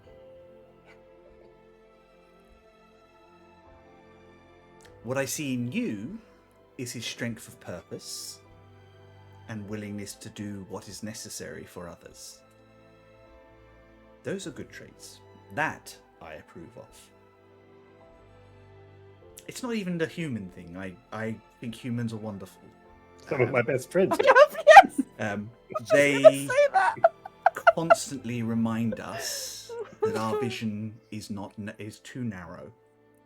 That we need to live in the moment. But anyway, that's just your grandmother. Rudy's comment. Brutal. Oh, Rudy, that's brilliant. So Rooney's just said, it's okay, she can get another spouse in like 40 years or so. She can do better, and probably will. Yeah, she will. Round 2. Oh my god, that's harsh. Wow. But brilliant. I was wondering, I mean, you don't have to answer this, but are you close with my mother? Did you get on? Oh, yes. I mean, she is your grandpa's daughter, which meant for some butting of heads. Your auntie is very much more like me. But I loved her, and I've always admired her free spirit and accepted her choices. It's all a mother can and should do. And I'm not judging, I'm hoping she's given you the same. Oh, yes, absolutely. She always just wanted us to be happy. She didn't care how. That's good. My father, on the other hand, had... Oh, I can imagine. That man has ideas. Most of them above his own station. Sorry, I am shading your father, and he's not here to defend himself. Aren't you just? It's fine. Honestly, it's kind of refreshing to meet someone who doesn't adore him and think he's amazing. As horrible as that sounds. I mean, I don't hate him. I don't hate him either. Yeah, he clearly makes your mother happy, even if I don't understand it. Me neither. And he does. I know he loves me. And I do think he understands me better now. I'd hate him to have to spend the rest of his life as a frog.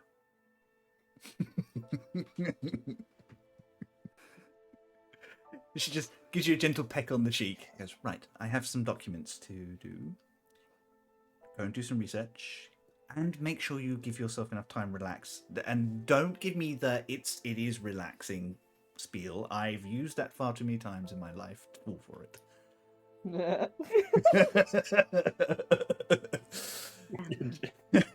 Just because you fall asleep eventually in the library doesn't make it relaxing.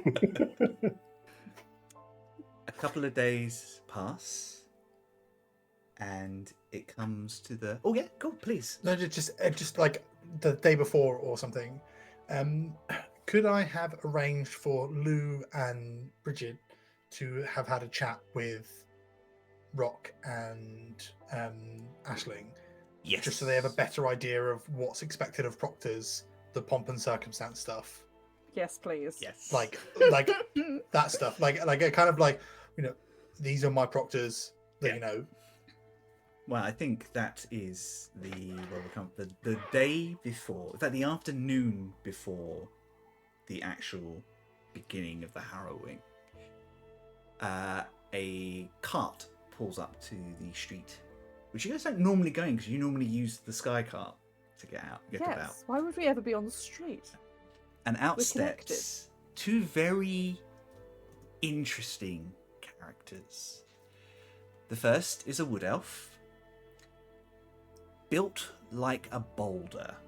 She stands 6'6", has 2 greatswords strapped across her back, and is wearing shining silver armor. It's Charlie asking, is she single?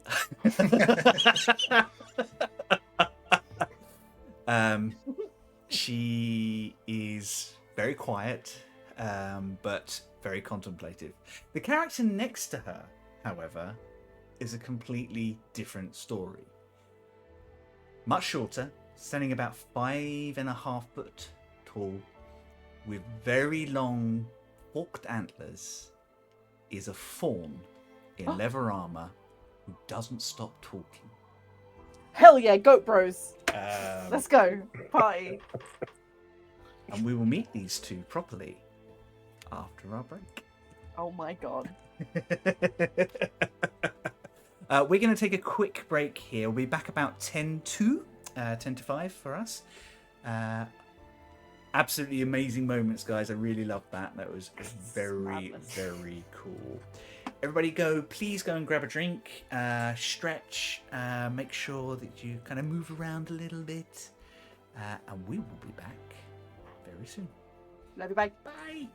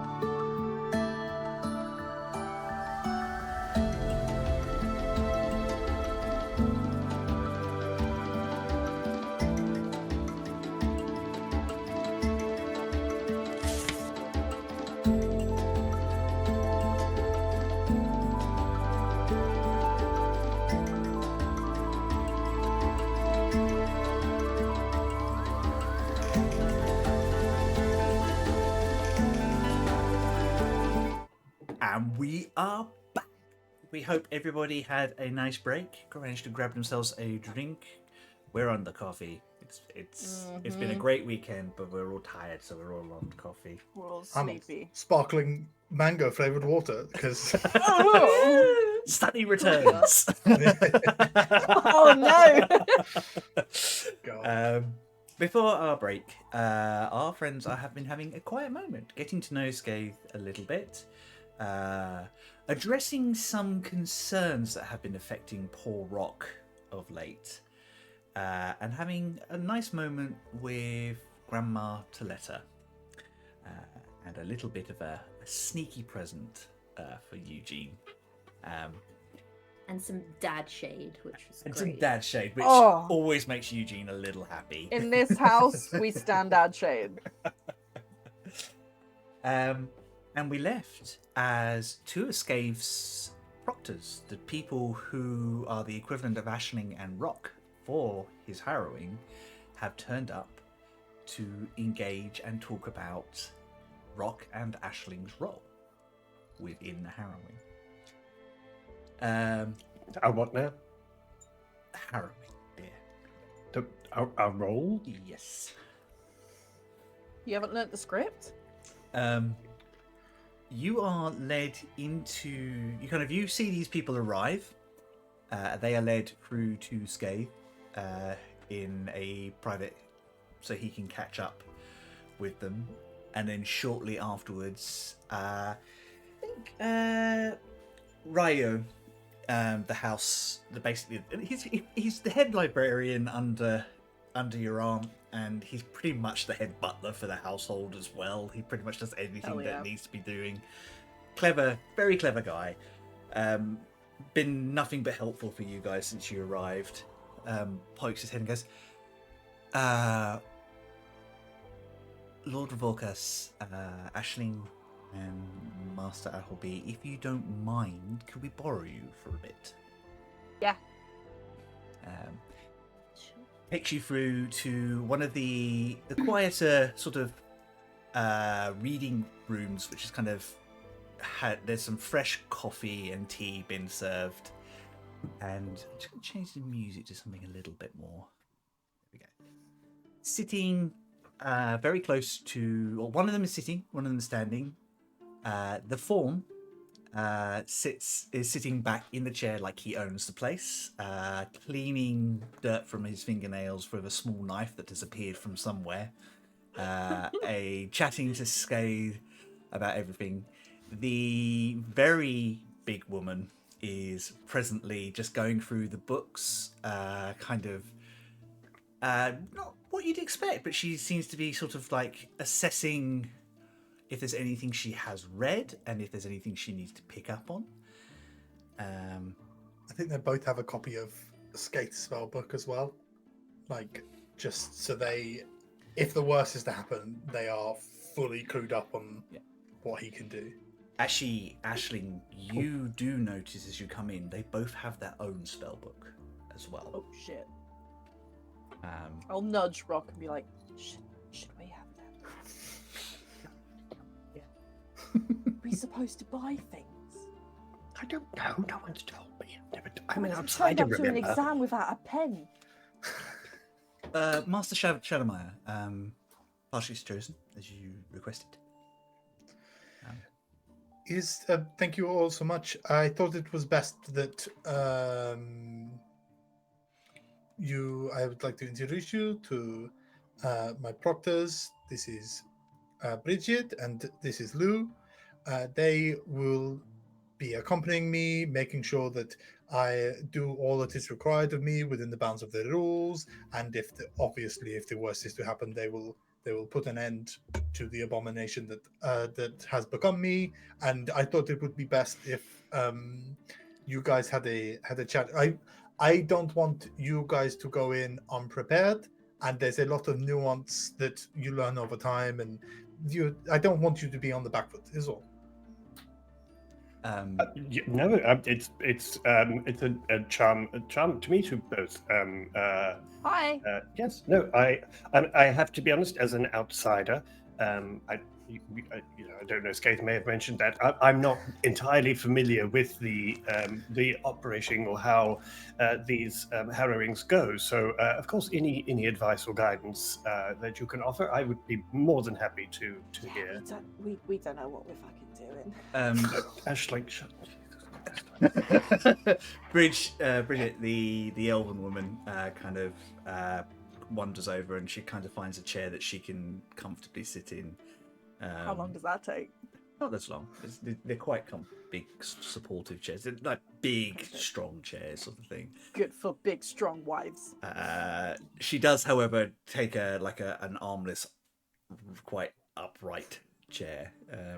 She's got arms enough. Yeah, she didn't need chair arms. They just restrict her. She just smiles and nods and goes, "It's better to be prepared and to let these things become a surprise."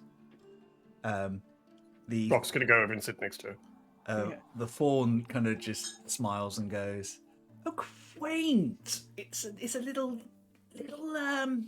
teaching circle. I like that. That's very cute.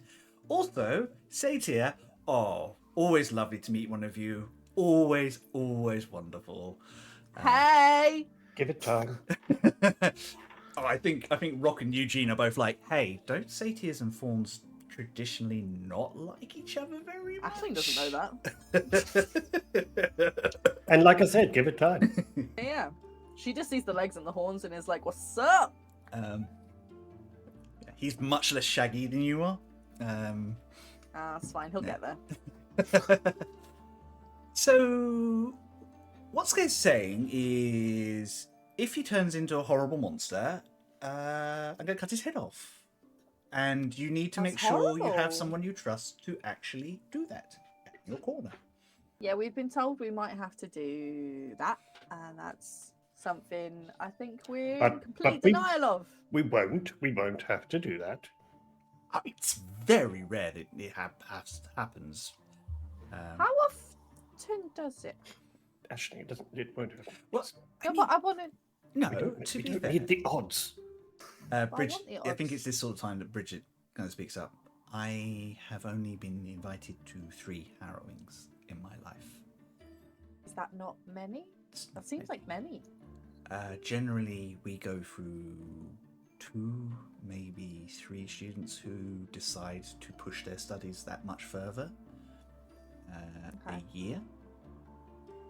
I'm sorry, I don't know your roles where you come from, but are you do you guide people through the harrowing? Is that your role like your within your? No, I have just been fortunate enough to have been trusted by wizard friends who want me there by their side. Oh, Got it. I am a Griffin Knight within the Emerald God.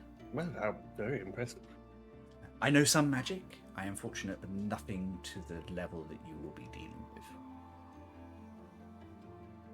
okay. But Eugene and Scath will be dealing with. Yeah, we're not actually gonna... No. Lou kind of goes, well, I mean, this is my first, but it's not the first mage I've had to cut down because they've lost control. Oh. So... Okay. Okay. Don't like doing it. Good. Perfectly prepared That's a to relief. do it. But that is between us and Scath. So I'm certain our little shadowy friend is going to be fine. Little shadowy friend. He's actually shorter than Scath. I was gonna say, like, Aisling's going like... Okay. I mean, having seen Scath in action, I would imagine that you'll have to catch him first, which could be rather entertaining. Sickeningly efficient, isn't he? Yeah, nice. Isn't What a fascinating choice of words. Yes. Right, well, what do you want to know? What can I teach you? Well, kind of from the beginning to the end. Kind of the all of it. We're not really aware of how the procedure of these things runs, or when we would be required, or do we just accompany and support, or are we called to do particular roles? So anything. Code? Eugene has also had much of this is new to Eugene, having grown up outside of New Durham. So anything would be helpful, to be honest. Yep. So pretty much anything. Bridget speaks up. The first bit is you be moral support, and she actually gives Lou a look at this point, as in like you need to roll back your tongue, and actually he does clam up at that point a little bit. Is Lou like a shady version of Aisling? I mean, you've met Fawn before. They have Dark Aisling. Yeah. Dark Aisling. Whereas satyrs have a tendency to be much more earthy, and fawns have airs. They believe that they are true fae. And it's one of the things... I feel like Lou and Alabaster are going to get along fucking great. No, they would hate each other because they'd both be competing for attention. Oh yeah, that's a good point.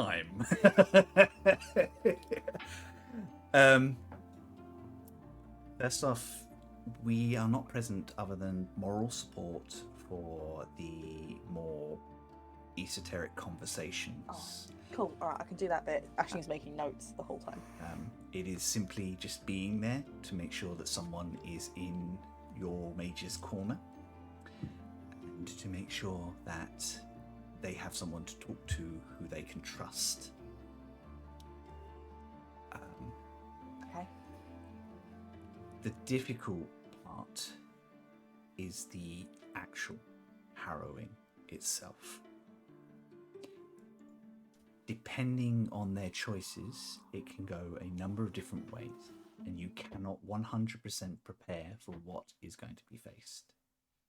They will hold a spell, that is the first part, and then they will face down with some test that has been particularly created for that individual. Okay. Generally, if they pass the first bit, the second task is more personal. And there's nothing you can do other than, well, be a shoulder to cry on afterwards. Oh God. So we're not expected to actually sort of help or be part of that? A couple of times I have heard of that going awry, and people have had to step in and cut down their mage. No, I meant kind of even if it's going well, just as kind of backup. Backup, yes. Yeah. If something else tries to get through or feed upon the magic or other factors try to attack your mage, you are there to defend them. If the mage loses control, you are there to bring them to heal by any means necessary. Yep, got that point. Yeah, we're very solid on that bit. I think she's trying to find the right words. You can tell she's not a charismatic person, and like trying to put you at ease is something she wants to do, but is not natural to her. Aww. And Lou actually steps up and goes, in all honesty, from what I understand, most wizards can walk away from the situations. We talk about the dire circumstances. If you fail, you can die, particularly if you're using powerful magics. But there are wizards who have simply lost the ability to cast magic, or others who have failed and I'd rather die. I know I was going to say that sounds even more terrifying for a wizard. Yeah. been able to come back when they are better prepared. Although, from what I understand, that is very rare. Okay. I mean, I think I would just like to be sure that I'm not intruding or getting involved in an encounter that I'm not supposed to. Or yeah, is there so something that's just sort of... that we're like? Is this the whole not Dragonborn allowed thing? to Are you do? worried about the Dragonborn thing? That's cute. But You don't need to worry about it because it's a wizard's harrowing. So the person the wizard has chosen, it doesn't matter where they come from. That is the wizard's companion. Nah, bitch. It wasn't anything really to do with that. I mean, that's very kind of you to say, but actually I just meant in terms of knowing the procedure for the harrowing. Yeah, like we were more worried if we're going to say something we're not supposed to say, not be the wrong race. It is. I mean, if Eugene is attacked by something, is it upon them to fight back on their own, or is it something that we can intervene and We assist blast with? them. Or It is about a fair fight. It is. A challenge will be made to Eugene, and Eugene should need to take that challenge on alone. But by virtue of casting that challenge forth, other things may attempt to enter the arena, and that is where the proctors step in. And it is. Imagine, if you will, a circle around the wizard and the challenge, and you are to keep. As long as it's a fair fight, you're okay. So And for lack of a better term, we would focus on, I don't know, let's call them the ads, and then the Eugene could focus on what I would call perhaps the boss of the fight. It is. What a fun and interesting way to label them. Just random thoughts off my head. Such fantastical whimsy. I know. No, that's actually very helpful. Thank you. I just, like I say, I wouldn't want to intrude when Eugene is perfectly capable or required to handle that himself. Yes, it is. Yeah, it's fairness. It's about the challenge being wholly Eugene's, and in terms of things going wrong, as long as Eugene doesn't turn into a Philemus Rond, is which I believe it to be unlikely, it should be okay. I very much doubt that. You do notice that Bridget is kind of settling Lou with a look of, I am going to punch you later. Not if I get there first. You were right, Wayne. It wouldn't take long.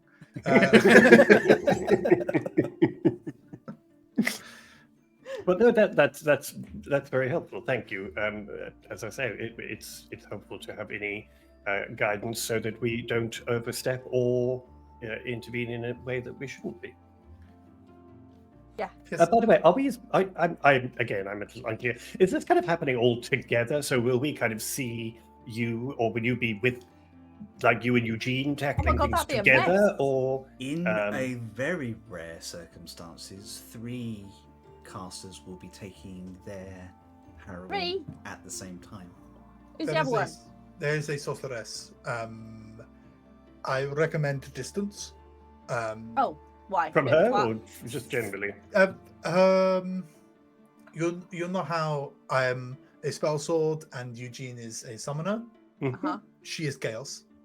Oh, good, great. Aisling, no. She's pure chaos. She is. I hope for very her powerful. sake and all of our sake, she can focus it. Okay, good, great. She will have to, or Okay, good. Lou, you can see even Lou looks uncomfortable at this, at the thought of she cannot control that. So were there like fences between the arenas, or is there some kind of We wall can't tell you that, situation? unfortunately. It will Can't be, tell me the fucking layout. they will decide on the nature of the tests and the arena for us. So it could be anything. It could be one by I one. guess that could be all at once. It could be a combined spell. I mean, that does keep things kind of unknowable beforehand, I suppose. Yeah, but also unfair. But that's why we're there, to help even the odds, I guess. I mean, the thing is, and I mean this in the nicest way, it's not about fairness. It's about worthiness.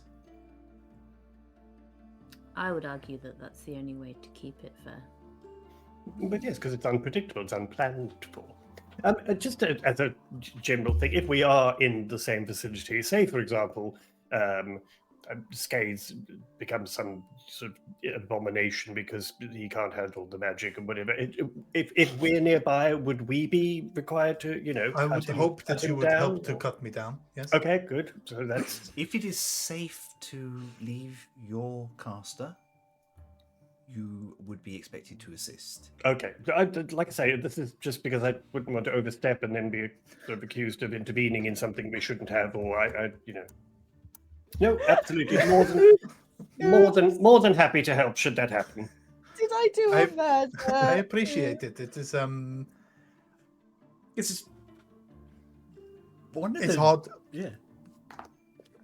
when a spell slinger, a blade slinger is, because normally it's pretty straightforward. With there is a wizard, you get someone with a big sword or two, and just but it is a little bit different. So it is why I've asked these particular people, because for maybe what Lou lacks in social awareness, they make up in Shade. viciousness. Love it. It is. I have picked these people because I know that they will be capable should it go wrong. I have known you for a short while, but I am pretty certain that you would have made the optimal choices for this event. Very efficient choices. I try to be. We were like in the vicinity. Yes, I saw. Yeah, we're good. We're good friends with Eugene, and we were nearby as well. So I don't know if we were tactical choices, but we were choices. It is choices were definitely made. much like you say I make the efficient choice. Yeah.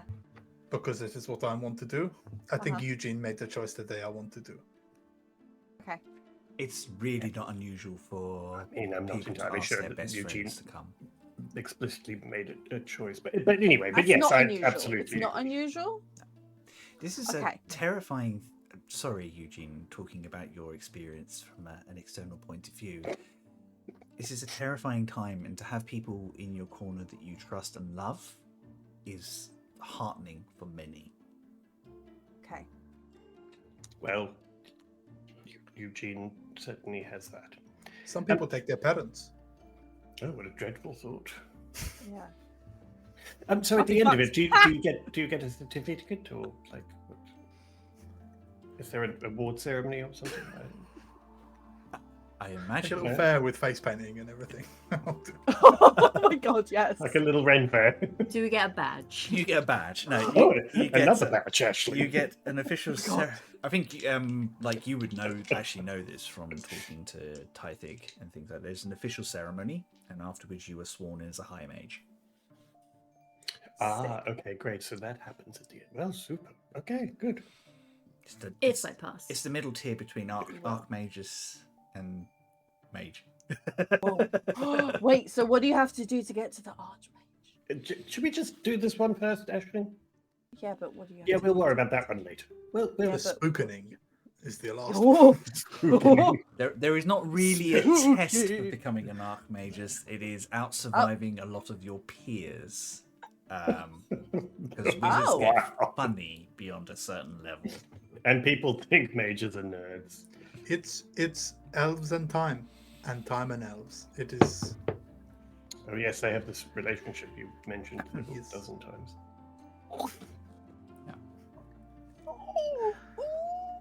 Good. Well, I mean, I do actually feel more prepared, which is nice. Yeah, If thanks.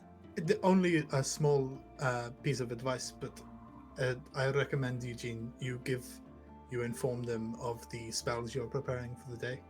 Yeah, these guys have like a version of your book.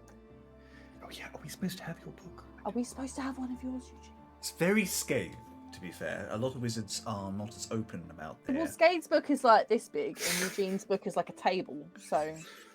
Also, to be fair, I don't think either Aisling or myself could actually do any of Eugene's spells, but...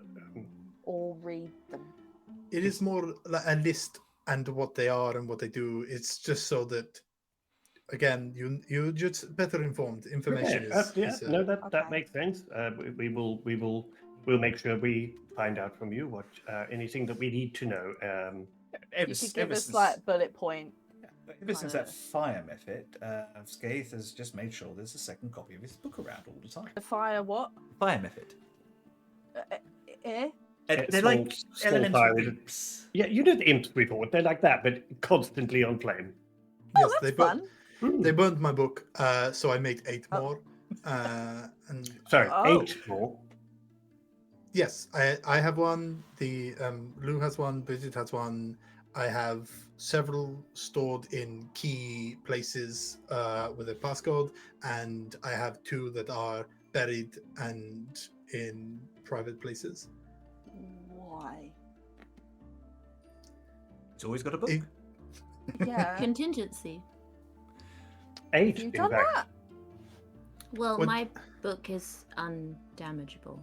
And Oh, that's also pretty cool. much bigger. Well, that's It is- handy. That's what you call portal, which having a book that's undamageable. Yes. That's the kind of thing a good mage would do. It's absolutely. I think Eugene is a spectacular mage and has Rock's done gonna the things they need to do. explode. I, however, like to move a bit quickly, and I think such a burdensome device would. That's an understatement, yes. I mean, I'd imagine you two are used to him the way but I mean, it was quite impressive, I have to be honest. I was actually wondering if I was seeing things because people were sort of dropping left, right, and center in different places. It was quite impressive. Bridget goes, "This is the mission you did with Captain Falone." Mission is a strong word. It was a mission The attempted murder and an assault. yeah, that was the one. That But is- yes, but Skate and the wonderful Tilda who he was accompanying were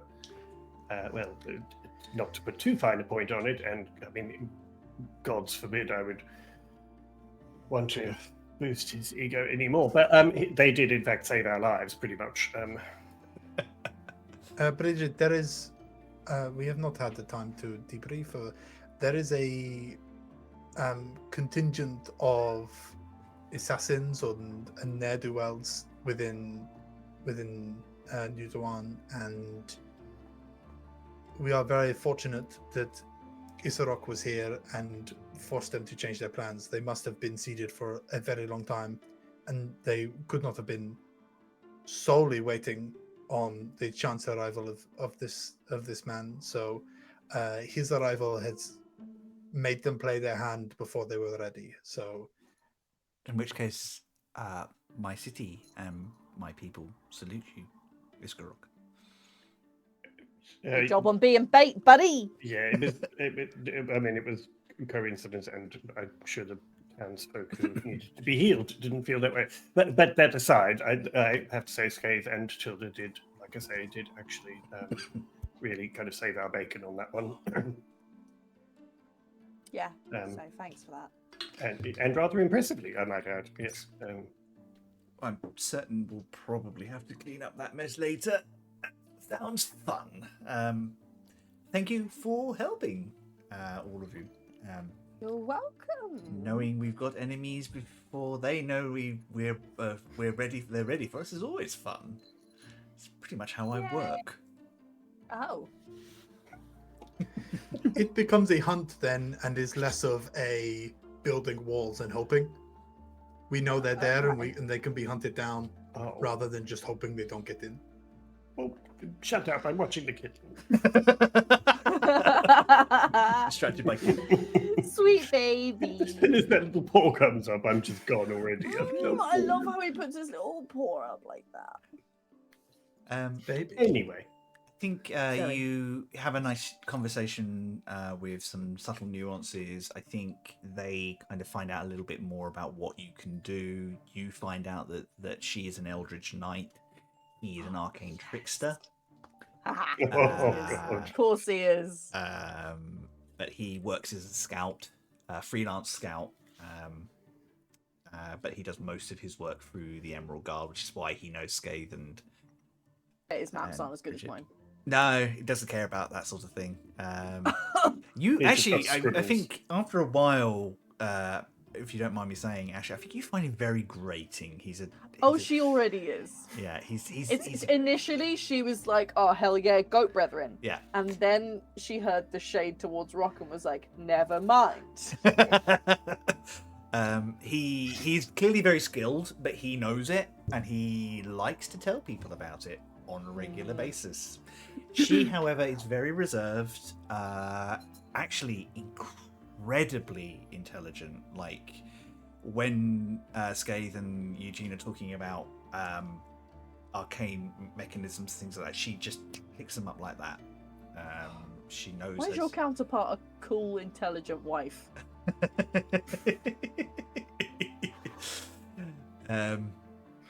They stay for a good couple of hours. I think at some point she does really hone on what Rock can do as a paladin, and as a bard. She finds that interesting because she's never encountered that combination before.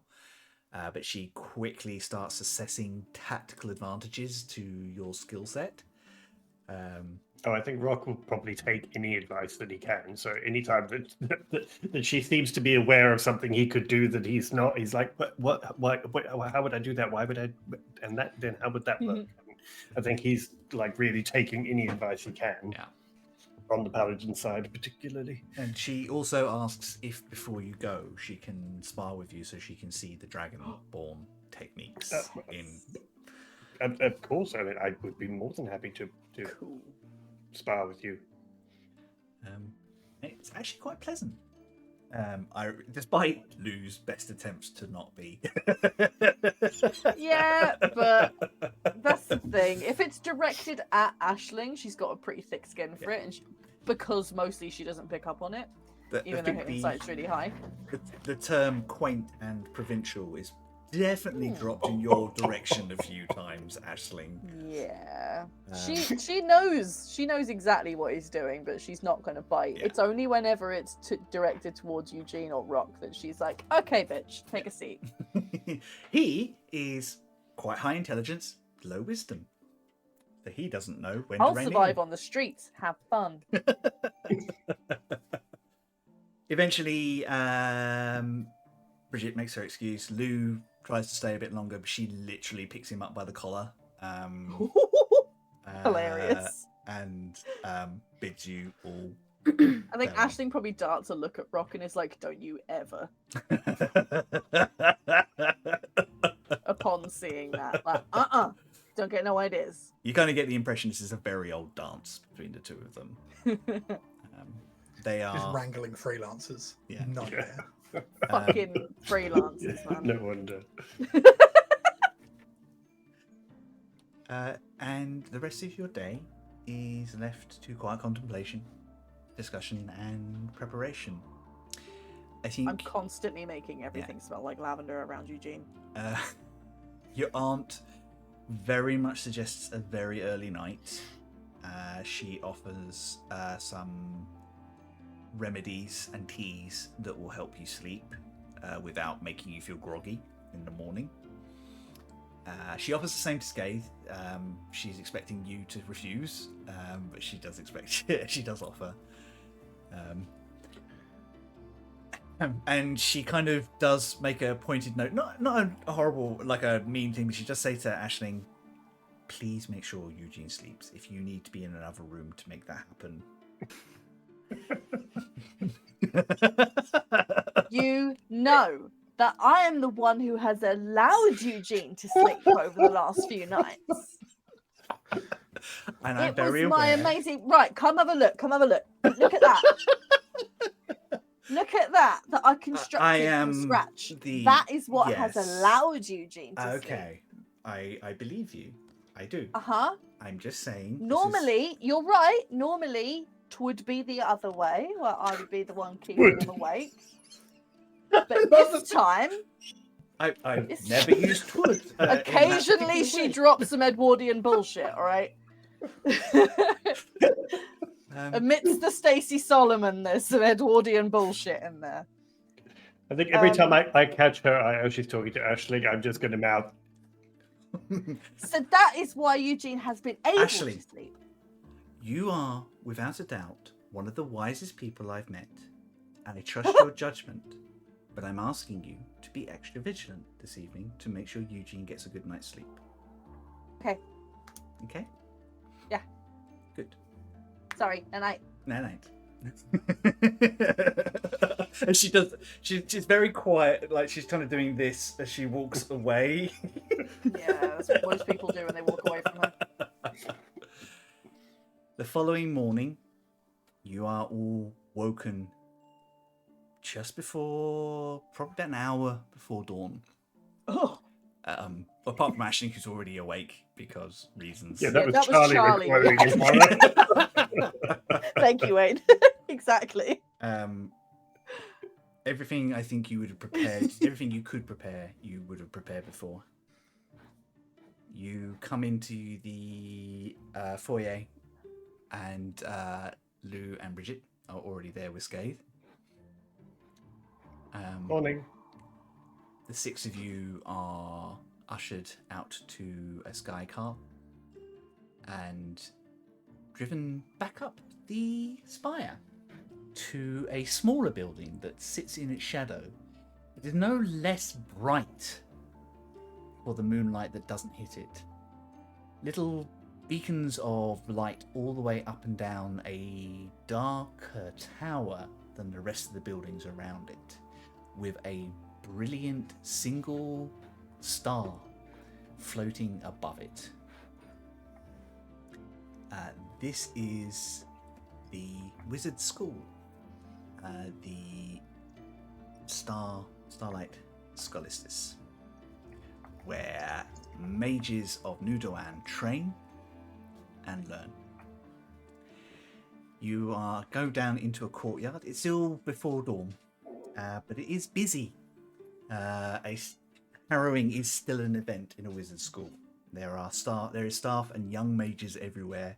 Some hoping to catch a glance of the wizards who are going to, particularly now they've heard there's an outsider, so they don't know what Eugene is going to bring to the table.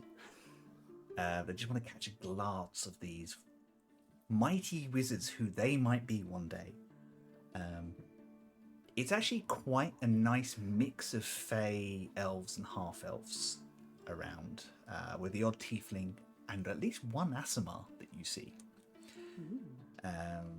Just kind of peeking out from rails, trying to take, make sure you've got everything you need.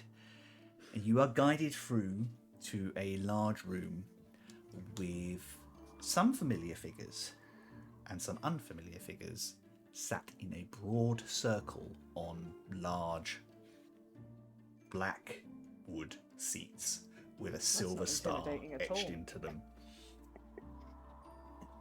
For your part, you recognise Andreas Linois, the forest elf who is the master of the markets, who is there for you, Eugene. Adin with the 1,000 words, the changeling who is wearing their hair long and blonde with a pink streak, impossibly shifting up and down in the middle, just to distract the person beside them. The head of projects and constructions. And Stone, who hides a little wave as you step in, Eugene, and just kind of a subtle wink to let you know that she's seen you. For Scath, there is Landon Trueshot, a wood elf ranger who is here to check your martial prowess. Has been asked for by your teachers.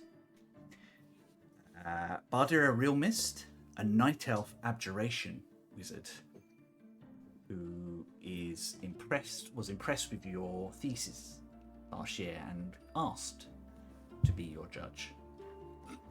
And Bluebell, a very unusual choice from the school, Herringon Warlock, bonded to the Bear King.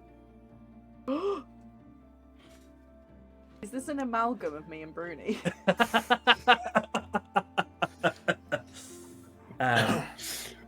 He is known to be a very cunning and capable servant of the Bear King, and has been called back specifically to watch a harrowing.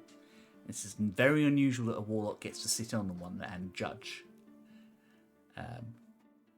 There are also, and they are recognized, they are introduced to you, Ryla Shadowthorn, a Night Elf Cleric of Bravo Moon. Unusual in an elven city, but still necessary. Matthias Angriel, a High Summoner, who the school has put there to ensure that Eugene has somebody who understands what Eugene does. And Ithara, a Blade Master, who is not one of Scave's teachers, but is known to Scathe. She is one of Zilman's prize students. They introduce themselves. The High Proctor makes his way down a long flight of stairs, which you didn't notice until the glowing white light around him illuminated it. As he steps slowly down, his skin sparkling ever so slightly in the artificial magic light that he's creating for himself. Pure pomp and ceremony. Doesn't sound like an elf. Two of our free guests have arrived. This is good. And it's about this time that the doors open and a very harassed looking blonde haired high elf comes in. She is wearing what she thinks is one of those sort of things where she's put on her best clothes, but has clearly overdone it a little bit because she's panicked. Her whole thing is nervous energy. Behind her are her two proxies. The first one is a bear of an elf. A bear of an elf. Just a bear. Just a bear. Just a bear. She really is bears. With very light armor and a big welcome grin, and unusually quite a big beard for an elf. God, now I'm literally just picturing a bear in this.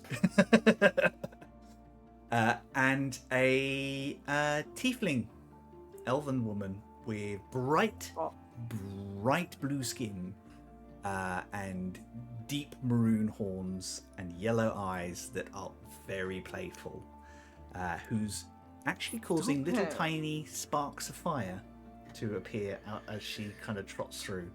This fucking team, man. Team Chaos. There we are. Adara, thank you for coming. I appreciate this is not what you originally signed up for, but this is better for all parties involved. Scathe, it is a pleasure to see you. And Eugene, are we using Zilman or Appleby?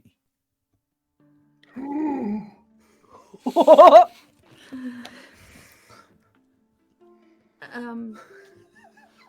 You can use Aisling if you want. Not helpful, Ashley. No, but like, as you have a different one completely. Can you hyphenate? What about Appleman? Zilby. Zilby. She's just whispering this to Rock so she doesn't distract you. Except for Aisling's whispers are famous for not being great. Special whispering, which is a normal person's indoor voice. Zilman. There's a... He takes that in for a moment. And there's a quirk of a smile on his face. Well, Eugene Zilman. It sounds weird. Welcome to your Harrowing. We are honoured to have a student of the great Tythic Perb among us. There's actually a couple of the wizards who are kind of like milling around on the outside who are like, oh.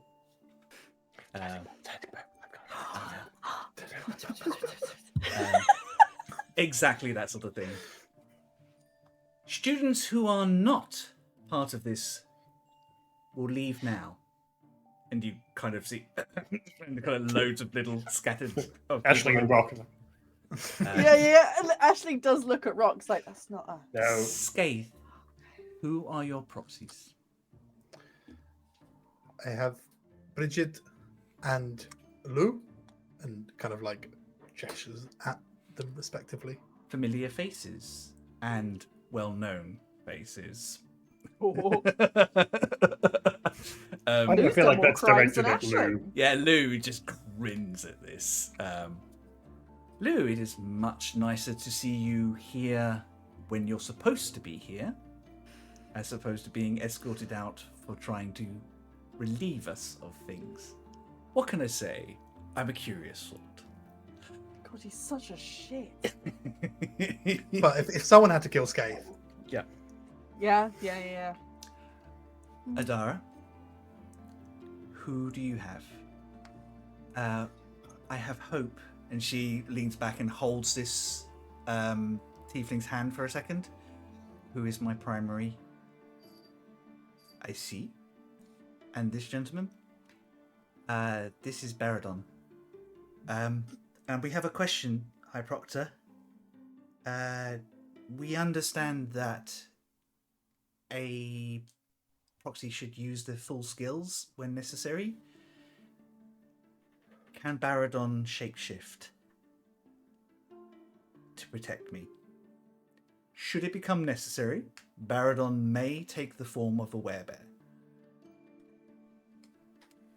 Cool. Werebear. Baradon who just brought with you to your test? I brought my girlfriend and a bear. This is my girlfriend and this is my boyfriend. Yes. He's a bear. She's a demon. He's a bear. Yeah. Oh, fucking goals, man. Jeez. Honestly. Relationship goals. And he just kind of leans down and just gently squeezes her shoulder in like camaraderie fashion. This is a long day. It will be very demanding and taxing on all of you. Not going to ask me about my. Sorry, that's me Eugene. getting distracted. Yeah. Perfect. Eugene, which one's your primary? Go on. You asked for it. You asked for it. Choose your favorite. gotta choose your I favourite will family name roll- and then your favourite friend. I will roll that back a little bit. He does, of course, ask you to introduce your proxies. This is Iskarok of Clan Revorcus and Aisling. It is an honour to have all three members of Parshkix chosen. Even here, we have heard of your exploits and your attempts to protect the world. Thanks. And you kind of see Stone just kind of grin. You get the impression that there was some doing there. Oh yeah. I think Rock will just say, sort of obviously loud enough that they can hear, but we'll just say, it's an honor to be here, and I thank you for allowing my presence. Oh. Thank you, Eugene. His judgment is, of course, who we turn to in these matters. And you are most welcome, Lord Revorcus.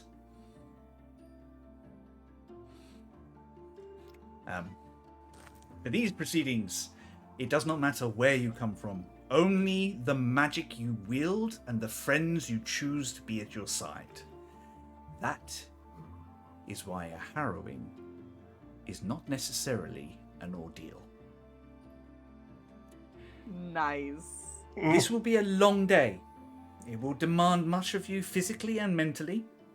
But at the end of this, I am hopeful all three of you will stand with the title High Mage.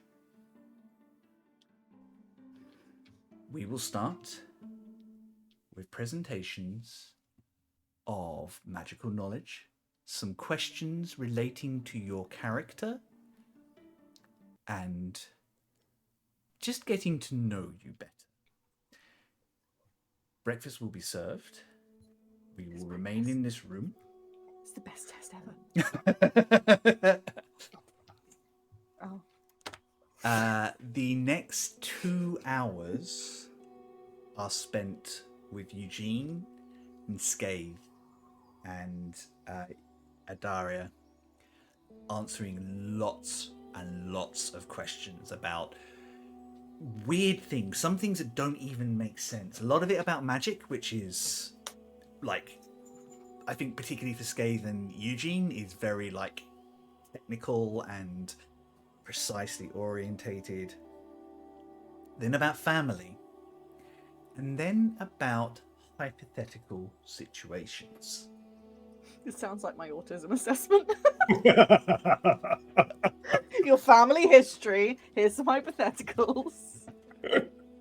Wizards are just autistic. This is just an autism assessment. Are you high autistic? You get to level 2 of autism. I'm actually an arch autistic. What does this look like? What if I turn it that way? Do you have a familiar, says Rayla Shadowthorn to Eugene. Oh, yes, I do. May we meet them? Yeah, of course. And he will lift Pocket out of his pocket. Pocket takes a bow, as Pocket is wont to do. Scath, roll me an Arcana or a Religion check. There's only going to be one of those, isn't it? Yep. Arcana. I need to talk myself out. Oh, it's 15. 15? 15. This is Of course, you didn't think it was 50. Why would you? No, That'd be right. insane. Yeah. In my head, I was like, oh, he misheard expecting me. a natural 20, so... Yeah. Actually, on a 50, Chris. Yeah, I got a 50. Yeah. What about it? I don't know why. I'd roll with it. Yeah, you get the air of celestial energy coming off of this familiar. You also get the impression that the familiar is slightly more capable and competent than the average familiar. Beyond that, you're not entirely certain. That doesn't surprise me. The cleric, however, asks, "May I meet you, Pocket?" And Pocket kind of looks to Eugene for permission. Well, it's up to you. He asked you, not me. Sketches down. Kind of, she leans down and lets him climb into her palm, and she gives him. Eugene is watching very closely. She's very gentle, and she kind of holds him up and just gives him a looks over. And you do notice that silver light goes over her eyes for a second, and then she looks at you. Interesting. Do you know that Pocket is much more than you initially anticipated? You could say he's more than meets the eye. Yeah. She puts Pocket down and he skitters back to you. I sense something much more powerful behind Pocket. Think of it as something else putting its finger in to help you, where it cannot make its whole way in. Phrasing. Sorry. I'm Sorry, so Guys, this is a Christian stream. Can you keep it clean, please? Sorry. I'm so sorry. I tried so hard not to get that out. Talking about my cute familiar. Stop it. We baby. Yeah. This is just a sliver of the power of the creature that you touched on. I kind of look at Pocket like, Pocket goes, you holding out on me?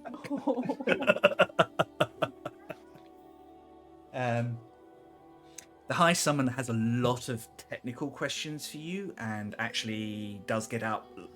Some of them do get up, but not very often. He gets up and comes and sits with you with your book for a while, and kind of compares. It starts as a conversation of him explaining your methodology and turns into a conversation of comparing approaches and analytics. It stops being an examiner and a potential student and becomes two colleagues talking.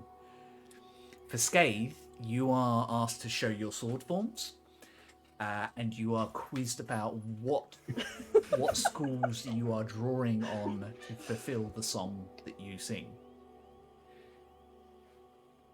It goes on for a couple of hours. Very boring for the proxies, I'm afraid. You're largely ignored for this bit and kind of left to your own devices. What's in the room? Ashley's just eating the whole time. Yeah, what's in the room? What can I You do- fart around with? You do So how hear- long is it before Brock has to keep smacking Aisling's hands and going, don't touch that? About 14 seconds. There is a point where you hear Baradon go, "Why is all the cheese gone?" You guys are too slow. The second part of the morning, they ask you questions about the spells you are going to be holding. They want to know some of the particulars so that they can prepare and defend should things go awry.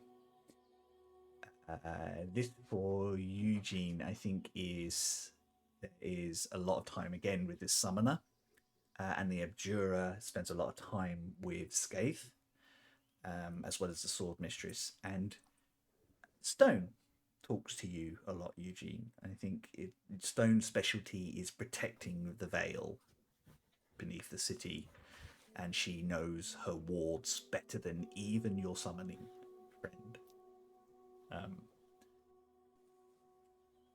And then a surprise for all of you. Stone, Wolves. yeah, 96 wolves and a chihuahua. Knew it. And a horse-sized raven. A horse-sized Ah, raven. shit. Stone turns to Scath and says, "What is the worth of magic?"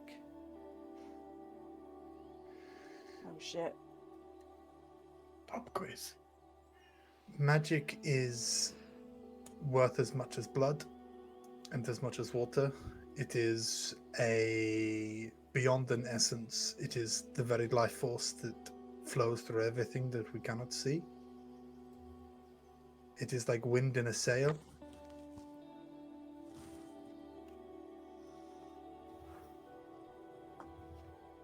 Bluebell turns to Eugene and says, "What is the price of power?"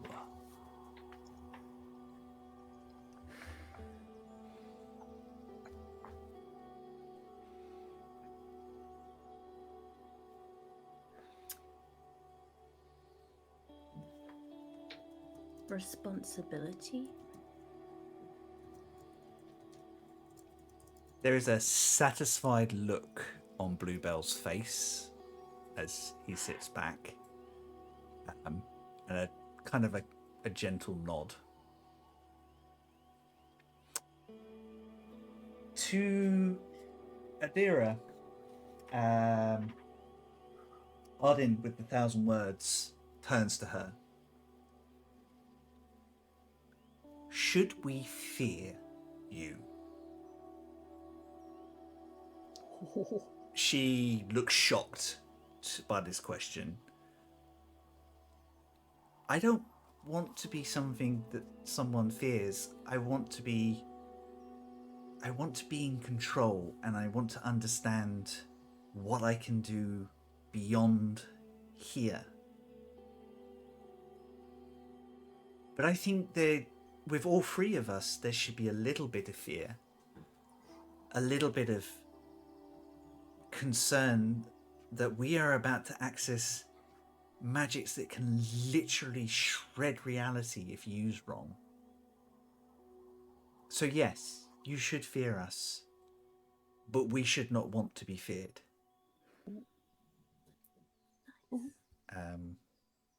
And Ardens, they sit back. "Good answers all," says the High Proctor, clapping his hands. "Very intelligent, very smart, very capable, all of you. But we must put this to the test. If the three of you would like to follow me, and if your proxies would like to join you, we will begin the harrowing." I'm going to nudge Aisling to pay attention. What's going on? Okay. Are they done? I wasn't leaning on the bear. What's happening? No, we're starting. Oh, okay. All right, cool. Chris, Limber up. what kind of order are we walking in and stuff? The wizards first, and then it's just however you want to position yourself. Lou is already practically on the wizard's heels. Is Scath in front of Eugene? Or I think all three of them are side by side behind the High Proctor. Got it. Okay. And I think that's deliberate. The doors are big enough to take all three of them inside. Lou is just basically almost walking with the wizards, and to the point where Bridget just kind of reaches out and just pulls him back a little bit. And the rest of you just kind of mill in a group. There's a little bit of jostling as three quite big people, Rock, Bridget, and Baradon, all try and get through the door at the same time and realise that actually they are a lot bigger than everybody else. Me and Lou can just go between their legs. Yeah. Rock will step back and let the others go politely. Very. Baradon does the same, and then that kind of, and then Lou, and just No, you Bridget hang just up. kind of No, you just hang For God's sake, just walk. just pushes Please. him through, and then like walks through with you. You lot are weird. Shut up. The High Proctor is greeted inside by another star elf, a much younger star elf with short bobbed hair, and her ears are just clipped in this beautiful silver which drapes behind her neck, and she shows you where each of you should stand. So. And kind of, as you kind of look up, there's like a balcony around the outer edge, a gallery, I should say, and you watch as the rest of the people you've been talking to mill in and take comfortable seats around, watching you. This is the most dangerous part of potential. Uh-oh. You all know the spells that you are about to draw on, but you have not shaped them from raw magic yet. Moreover, we need to know that you can hold raw magic at an extended period. Please take your positions.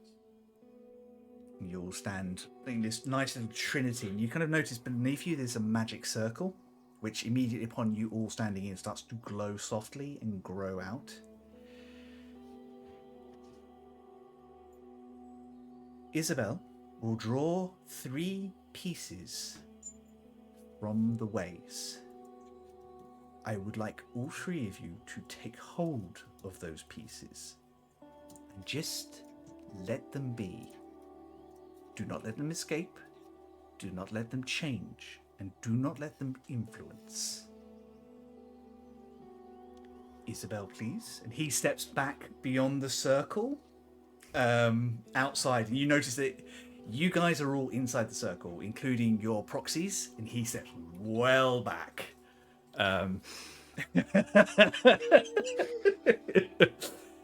Isabel weaves runes in the air, and you kind of see very similar gold tattoos kind of start to form on her. She's clearly a sorcerer of some kind, and little tiny runes around the room glow with a little tiny sparkling starlight. And then she pulls in the magic and forms a circle around herself, which you kind of see shimmer as like a magical barrier forms around her. And then she focuses.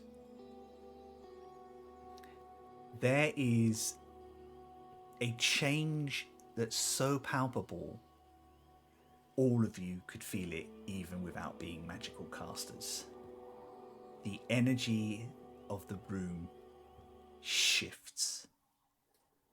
Colours that you didn't think even exist suddenly become very bright. Others disappear from your perception. Sounds that you've never heard You know languages for a just for a fleeting second that you know have been dead for millennia. And then 3 cracks form in reality in front of each of the wizards, twisting, turning, creating these strange spirals of energy. The proctor goes, reach out and take them now. I would like you both to make an Arcana check for me. I'm going to use a point of inspiration, please. Absolutely. Niky, if you would have started with a point of inspiration, I should have said that last week. Well, I was going to ask if I can use that +6 from my research. Absolutely, yes.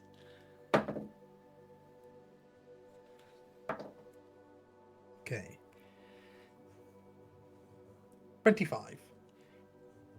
27. Nerds. Cool. Eugene, this energy settles and forms and takes a familiar, deep purple colour, responding to you like magic should. Scath, yours becomes almost translucent, like a wisp of a shadow caught in light.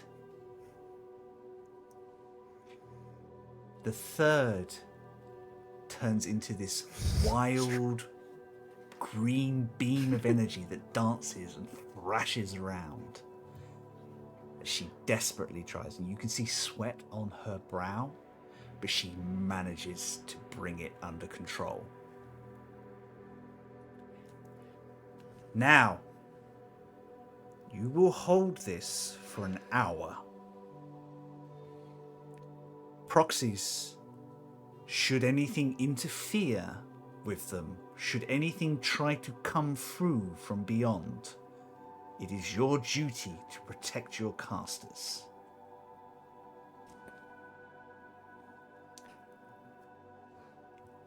Let the harrowing begin. Scath, this magic starts whispering to you. It doesn't want to be held. It's not natural to be held like this. It wants to be free. Why won't you let it free? Aren't I a soul too? Do I not deserve to pass over like all the others? Jesus. Can I begin to dance? Yes. As in, basically... That's the robot. Just popping and locking. I'm containing the magic in my cardboard box. Yeah. He's got it. I know what can you I- want to do. Can I basically... I want to do my blade song Yes. without a blade, Yes. keeping the magic.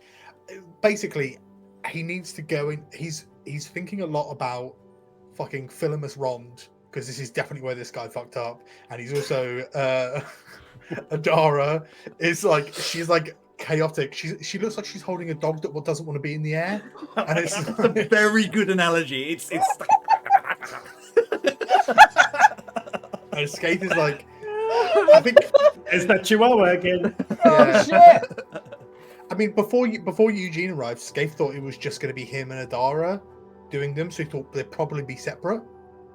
But now, like, he didn't think they would be. So yeah, I think he's like, I need to get into my blade song, otherwise, like, distractions are too present. So yeah, he begins like, just fucking what's her face? Oh god, Kate Bush. yeah. Just fucking, Yes. Yeah. yeah. So you start moving around this shape and twisting and turning, and it starts to move with you. And eventually the shape stops being this amorphous form and starts being a blade in your hands. It's still what it is. It still looks like what it should be, but it has a form that it is creating sympathetically. And as you create this dance, I'd like you to make a second Arcana check.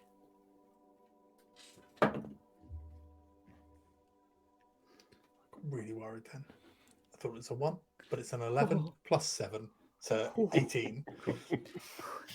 You're not quite at that point where you Yeah. hope to be, where it's a natural movement, but it's there, and it's sympathetic, and those voices die quietly. The whispering stops. Eugene, this energy sparks and twists, and it's so familiar and so comfortable and warm in your palm. You could just reach through if you wanted to. Nobody would notice. You could guide. This is a step into the ways.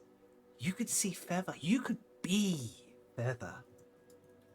You could be the guardian of the waves. What if I'm Feather? God! Oh God, more red string. Oh shit! How do you respond? This is peer pressure. You're being I think- cyberbullied. For a second, there is like a slip in his concentration.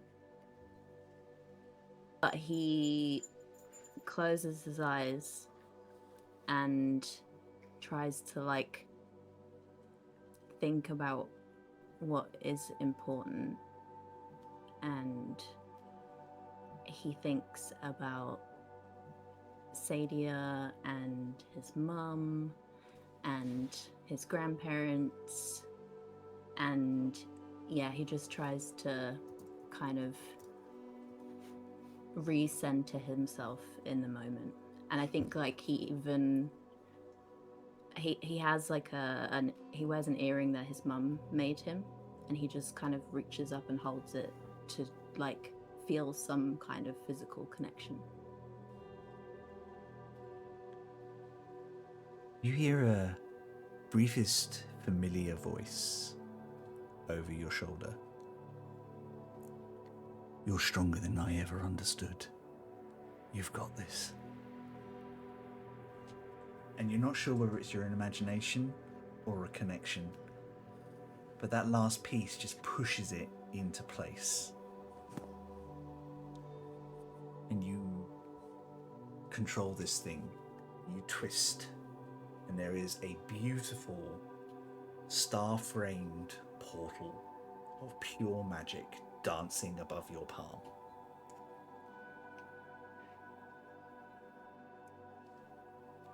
Adara starts to try and twist the magic to control it.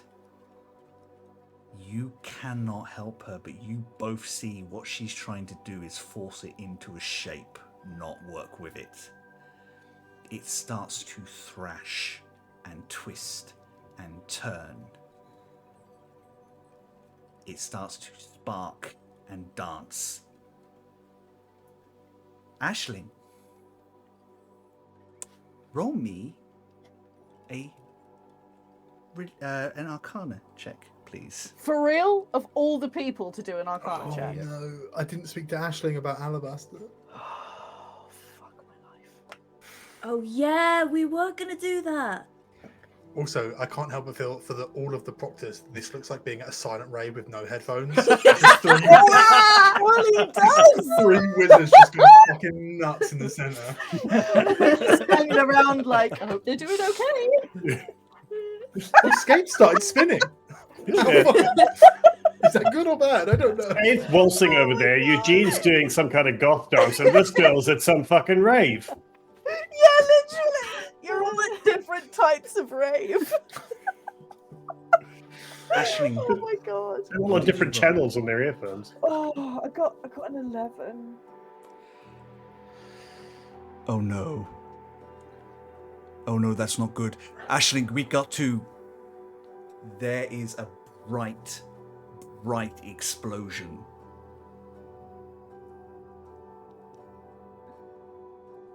I would like all of you to roll me a d20. No. Fuck.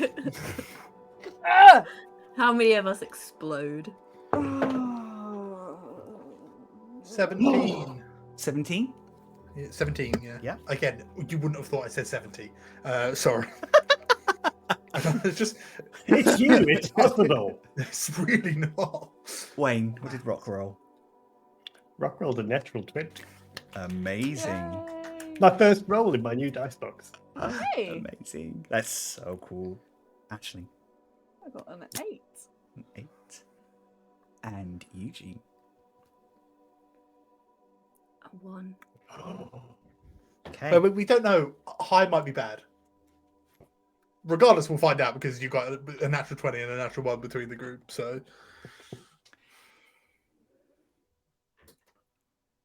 Eugene, you awake, nestled against something hard but warm, shifting Nice. and twisting among you, below you. You look up to a wall of alabaster stone.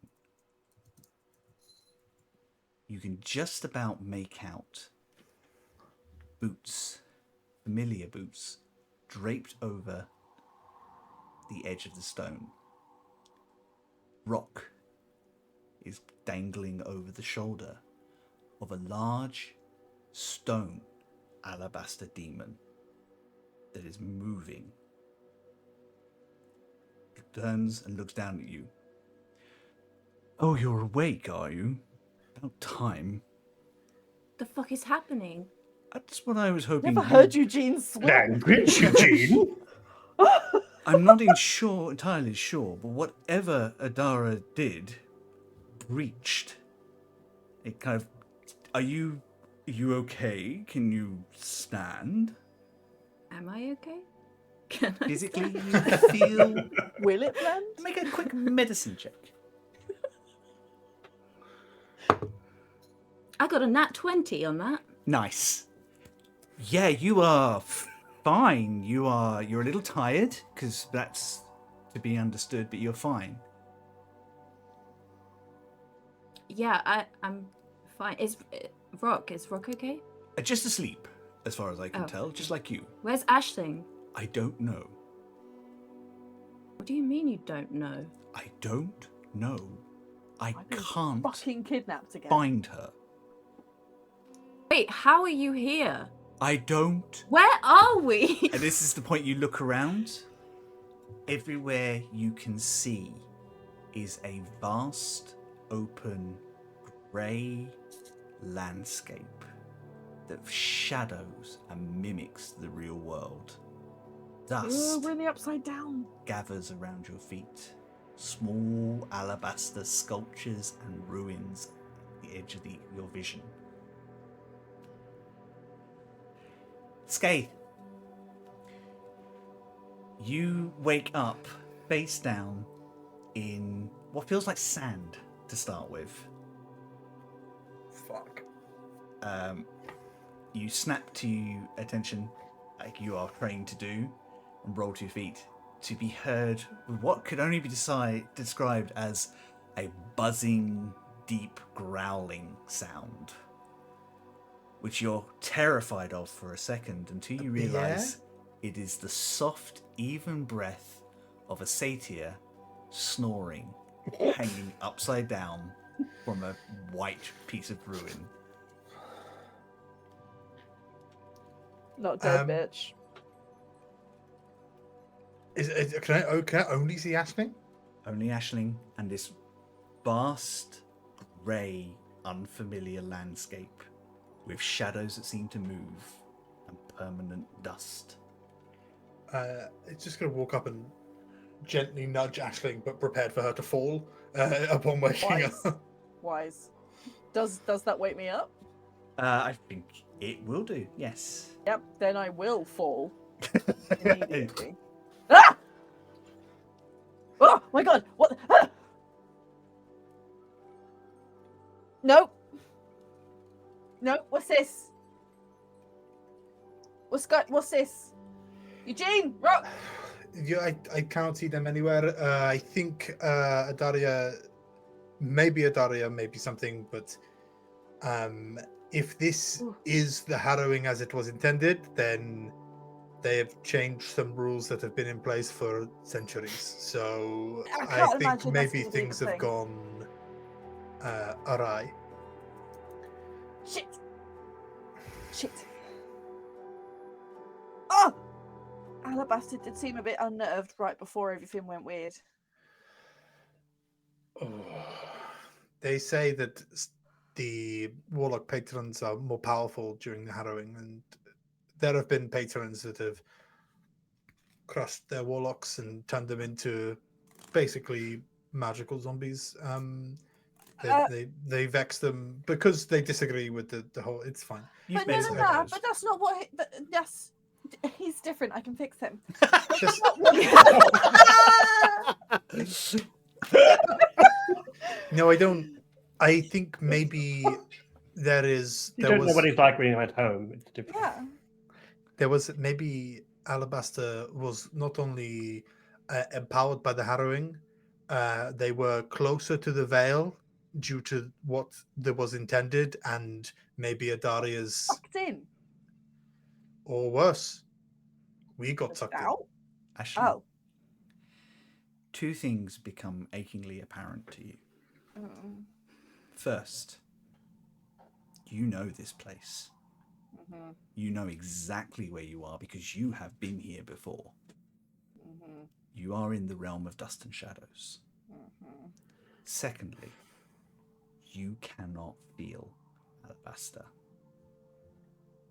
Yep. I was gonna ask, is there any sense of connection whatsoever? No, he's busy giving a fireman's carry to work. Oh, goodness. Flitting back, Okay. Rock, you are awoken as you are placed gently onto the floor, and you look up into the face of a huge version of the stone golem that Eugene summoned before, and Eugene's concerned-looking face. But Rock's just going to close his eyes and just go, I'm not dreaming this, am I? Afraid not. Unless we're all having a simultaneous dream about the realm of dust and shadows. Oh, so that's where we are. Wait, how long have I been asleep? How long have I been asleep? I'm not sure. Either days or minutes. Oh, well, that's dreadfully helpful. I Wait, can't where's Aisling? get Why? it. Wait. I don't where- know. I can't see her anywhere. Why are you here but she's not? That doesn't seem know, right. and I don't like it, and I want my warlock back. Your warlock? Don't. Okay, well, we'll address that later. Can I like? Is he? Can I touch Corporeal. him? Is he corporeal? He's very much what you summoned before, but slightly bigger.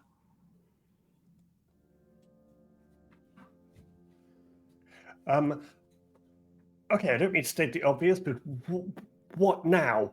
What? I don't. Where do we begin? I don't know what's going on. Where? Okay, breathe. Something went wrong. Clearly, I'm assuming this cannot be what was planned. Alabaster helps you to your feet. Okay, thanks. Oh God. Okay. Thank you. Wow, that's really, you're large. Okay, and wow. Okay. I told you I was powerful, but nobody ever believed me. I know. Yes, and Keep it in your pants, Rock. somehow it was better when you were in Aisling's head. Speaking of, do you have access to your powers? I think I do. Well, that's cool. I also think Aisling does, but I just can't place her at the minute. Wait, do you, Eugene? Do I? Can I do magic? You can cast a cantrip. Yeah, I'll try casting Mage Hand. Yeah, your mage hand appears above your normal hand, responds as you expect it to. Yeah, seems so. Which is weird because I feel like the last time we were here we couldn't. Oh, well, the last time you were here, you weren't actually here, just your souls. Oh, right, yeah.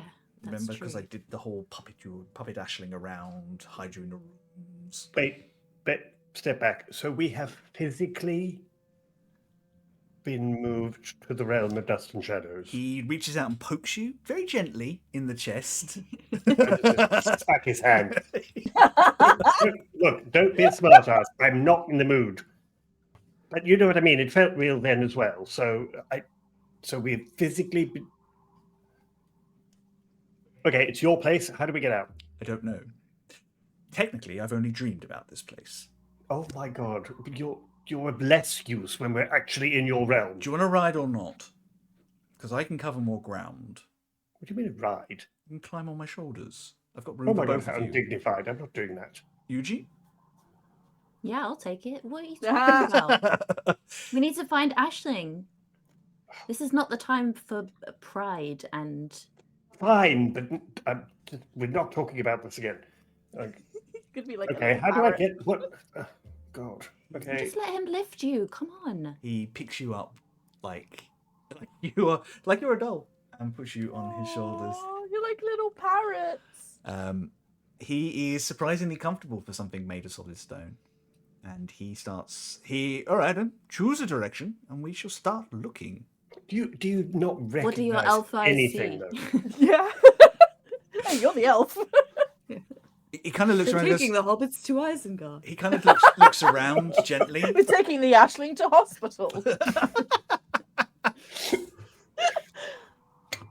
Oh, that doesn't look good. What? What do you see? He looks... Oh, you can see he kind of turns and he's looking towards a very familiar red scar. Only it's not a scar anymore. It's a hole. It's a hole. Oh. Aisling and Scath. Mm-hmm. The two of you are trying to find your bearings, trying to figure out how this happened, how you got here. And I think... I'm doing a lot of yelling. Yeah, I think after a while you start moving because it's the only logical thing you can really think of at this time. Has Aisling still got stuff? Has she still got her notebook? Yeah, all your stuff, Okay. all your equipment. She's both of trying you. as best she can with any kind of anything that could be used as a landmark to try and map which way they're going. The only thing that becomes very apparent very quickly is a bright red scar open in the sky. You are shouting, and I think Scath, you're kind of horrified at this after a little while because she's being very loud and very desperate. And you're about to shut her up when you hear something click and growl in the distance. You find yourself stood in some ruins. Working Was the around... click like a mechanical one? No. Like an animalistic click. Sounded more like a doorbell to me. It was when you said Nice. growl, there was a meow as well. It was great. Yeah, a bit of Foley work, you know. You look up into this ruins and you see two very large white conic creatures surrounded by range demons. And that's where we're going to leave it this week. You bitch! No! Oh! Welcome back to the land of dust and shadows. I hate it. Thanks. Thanks. It's ashy. It's Eh. Guys, Moisturize, bitch. this has been a lot of fun, and I've been looking forward to the Harrowing. Yeah, it's great. Oh my god. Well, at least we are playing next week, right? Yes. God. At least it's not one of those ones where it's like, okay, see you in 3 weeks. Yeah. True. Yeah, I hope you're ready for a fight, Ashlyn. Yeah. No. We've got to throw I haven't the even fuck down. tested to see if I can do magic. I was just too busy mapping and yelling. You would have had a chance to move around them, but you said I'm shouting. I have to be in character. I can't play as Yeah. Charlie. I love it. It's true. I love that. Guys, this has been amazing. I have very much enjoyed this. It's been a really lovely episode full of horrific things as well. Really fun. We will be back next week. I'm going to get my players to tell you where you can find them. And I'm going to start with our very special guest, Niky! Yay! Hi everyone, my name's Niky, and today I'll be playing Scath Shadowmire. Nice. And now you can just sort of cut them in the edit and swap them, and we're good. Okay. We're great. Yep. It's just- This is why I don't go first. Because I need to know the format. Theo doesn't go first. You can find me in the Discord for this show, !Discord. I will be always talking about all sorts. There's playlists as well. Theo does loads. I did a Scath one. Probably going to have to add Wuthering Heights to it. Yes! 100%. Definitely, that'd be Yeah. super.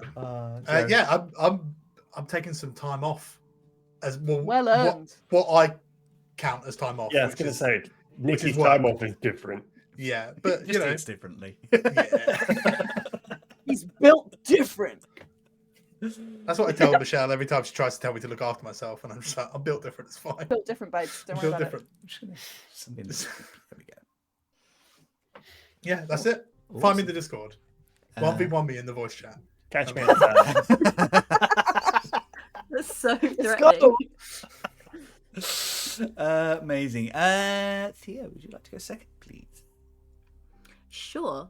I'm Theo, that's me. You can find my illustration and links to my other social media places on theoblueillustration.com. And upcoming book now. Oh, yeah, pre-order the Yeah, I've got a graphic novel that comes out in April next year, and you can pre-order it if Do you it. would like. Go Yeah. now. Beautiful. Do Yeah, it, yeah. please. And buy gifts for Christmas. Buy everyone. Yeah. Buy it now. Buy it. Pre-orders mean a whole bunch to new releases, so please. Yeah, buy now. And it's just going to be fucking pretty. It's not like you're getting nothing out of it. Honestly. It's amazing. Yeah. I'm imagining it because I obviously haven't seen it yet, but it's going to be amazing. If you want, I mean, like Theo does really pretty things, like what they made me for my Look at birthday. the story of Patrick's chosen. It's so cool. This is where all my ideas I've came got from my- this week. Alabaster puzzle box where all my dice live. And I got a magic box that had lights inside with my dice and Yeah. everything. Yeah, that a Nikki, little when's your higher, birthday? I was- Apparently, it's my thing to make things for people to keep their dice in. And we Almost love like it. you're an artist. And win. A bit You said that like Thanks, it's a bad Sarah. thing. That's a very No, but nice I never. thing to It's have. not. I'm not saying it's a bad thing. It's just I didn't. It wasn't something I had planned, and then I suddenly realised that You I had that? have made. Yeah. And we everyone love a it. Dice Yeah, thing. we're very happy you did. Yeah, absolutely. Nothing to apologise or be sorry for. That is amazing. Oh, I'm not apologising. Damn right. Yeah. Charlie, Yes. could you go next, please? Oh yes, absolutely. Hello. Yeah, all my stuff's at charlievince.com. There's a link to my Instagram and my Tumblr, which are the only social media I'm kind of on at the moment. And there's also my Twitch channel, which is RoboCharlie, where I normally weekly. This week I took it off because fuck. And Because it was a fucking week, man. it's a fucking week. Yeah, and I do chill out drawings and things on there. So follow me along on there and you can come hang out. And I don't think I have any exciting new stuff at the moment. Just some short Lots of things really on my what's website. illustrations on your Instagram at the Yeah, moment. There's just some your pretty usual. pictures. I did a drawing of Lagatha today from Vikings. Oh if my god, anyone how likes cool is that? Very It's Really gorgeous. God, Lagatha's my fucking hero. So if Yeah, any of it's you are into gorgeous. that, go have a look at my Instagram. What a wife. Such a wife. Mm. God damn. So yeah. And hi mum, love you mum. Hi, Charlie. Hi, Mum. Charlie's mum. Dear. Wayne, Yo, can we have something from you? sure. Hi, everybody. I am Wayne, as you know. And you can find me pretty much everywhere on the internet these days on Created by Wayne, which is my my business where I make beautiful things and templates for people to create their own beautiful things. And I make YouTube videos every single week about design and branding. So please do give me a follow if that would be of interest to you. It would be lovely to have you support the channel if you would like to. And our shop is now open as well, all at creativebywayne.com. So, and that's it. Thank you. The Wayne stuff is Thank stunning. you, everybody, for being Just look here at with how us. well decorated the room is, and you get an idea of how aesthetically well trained Wayne is. I've been aesthetically well trained. You have.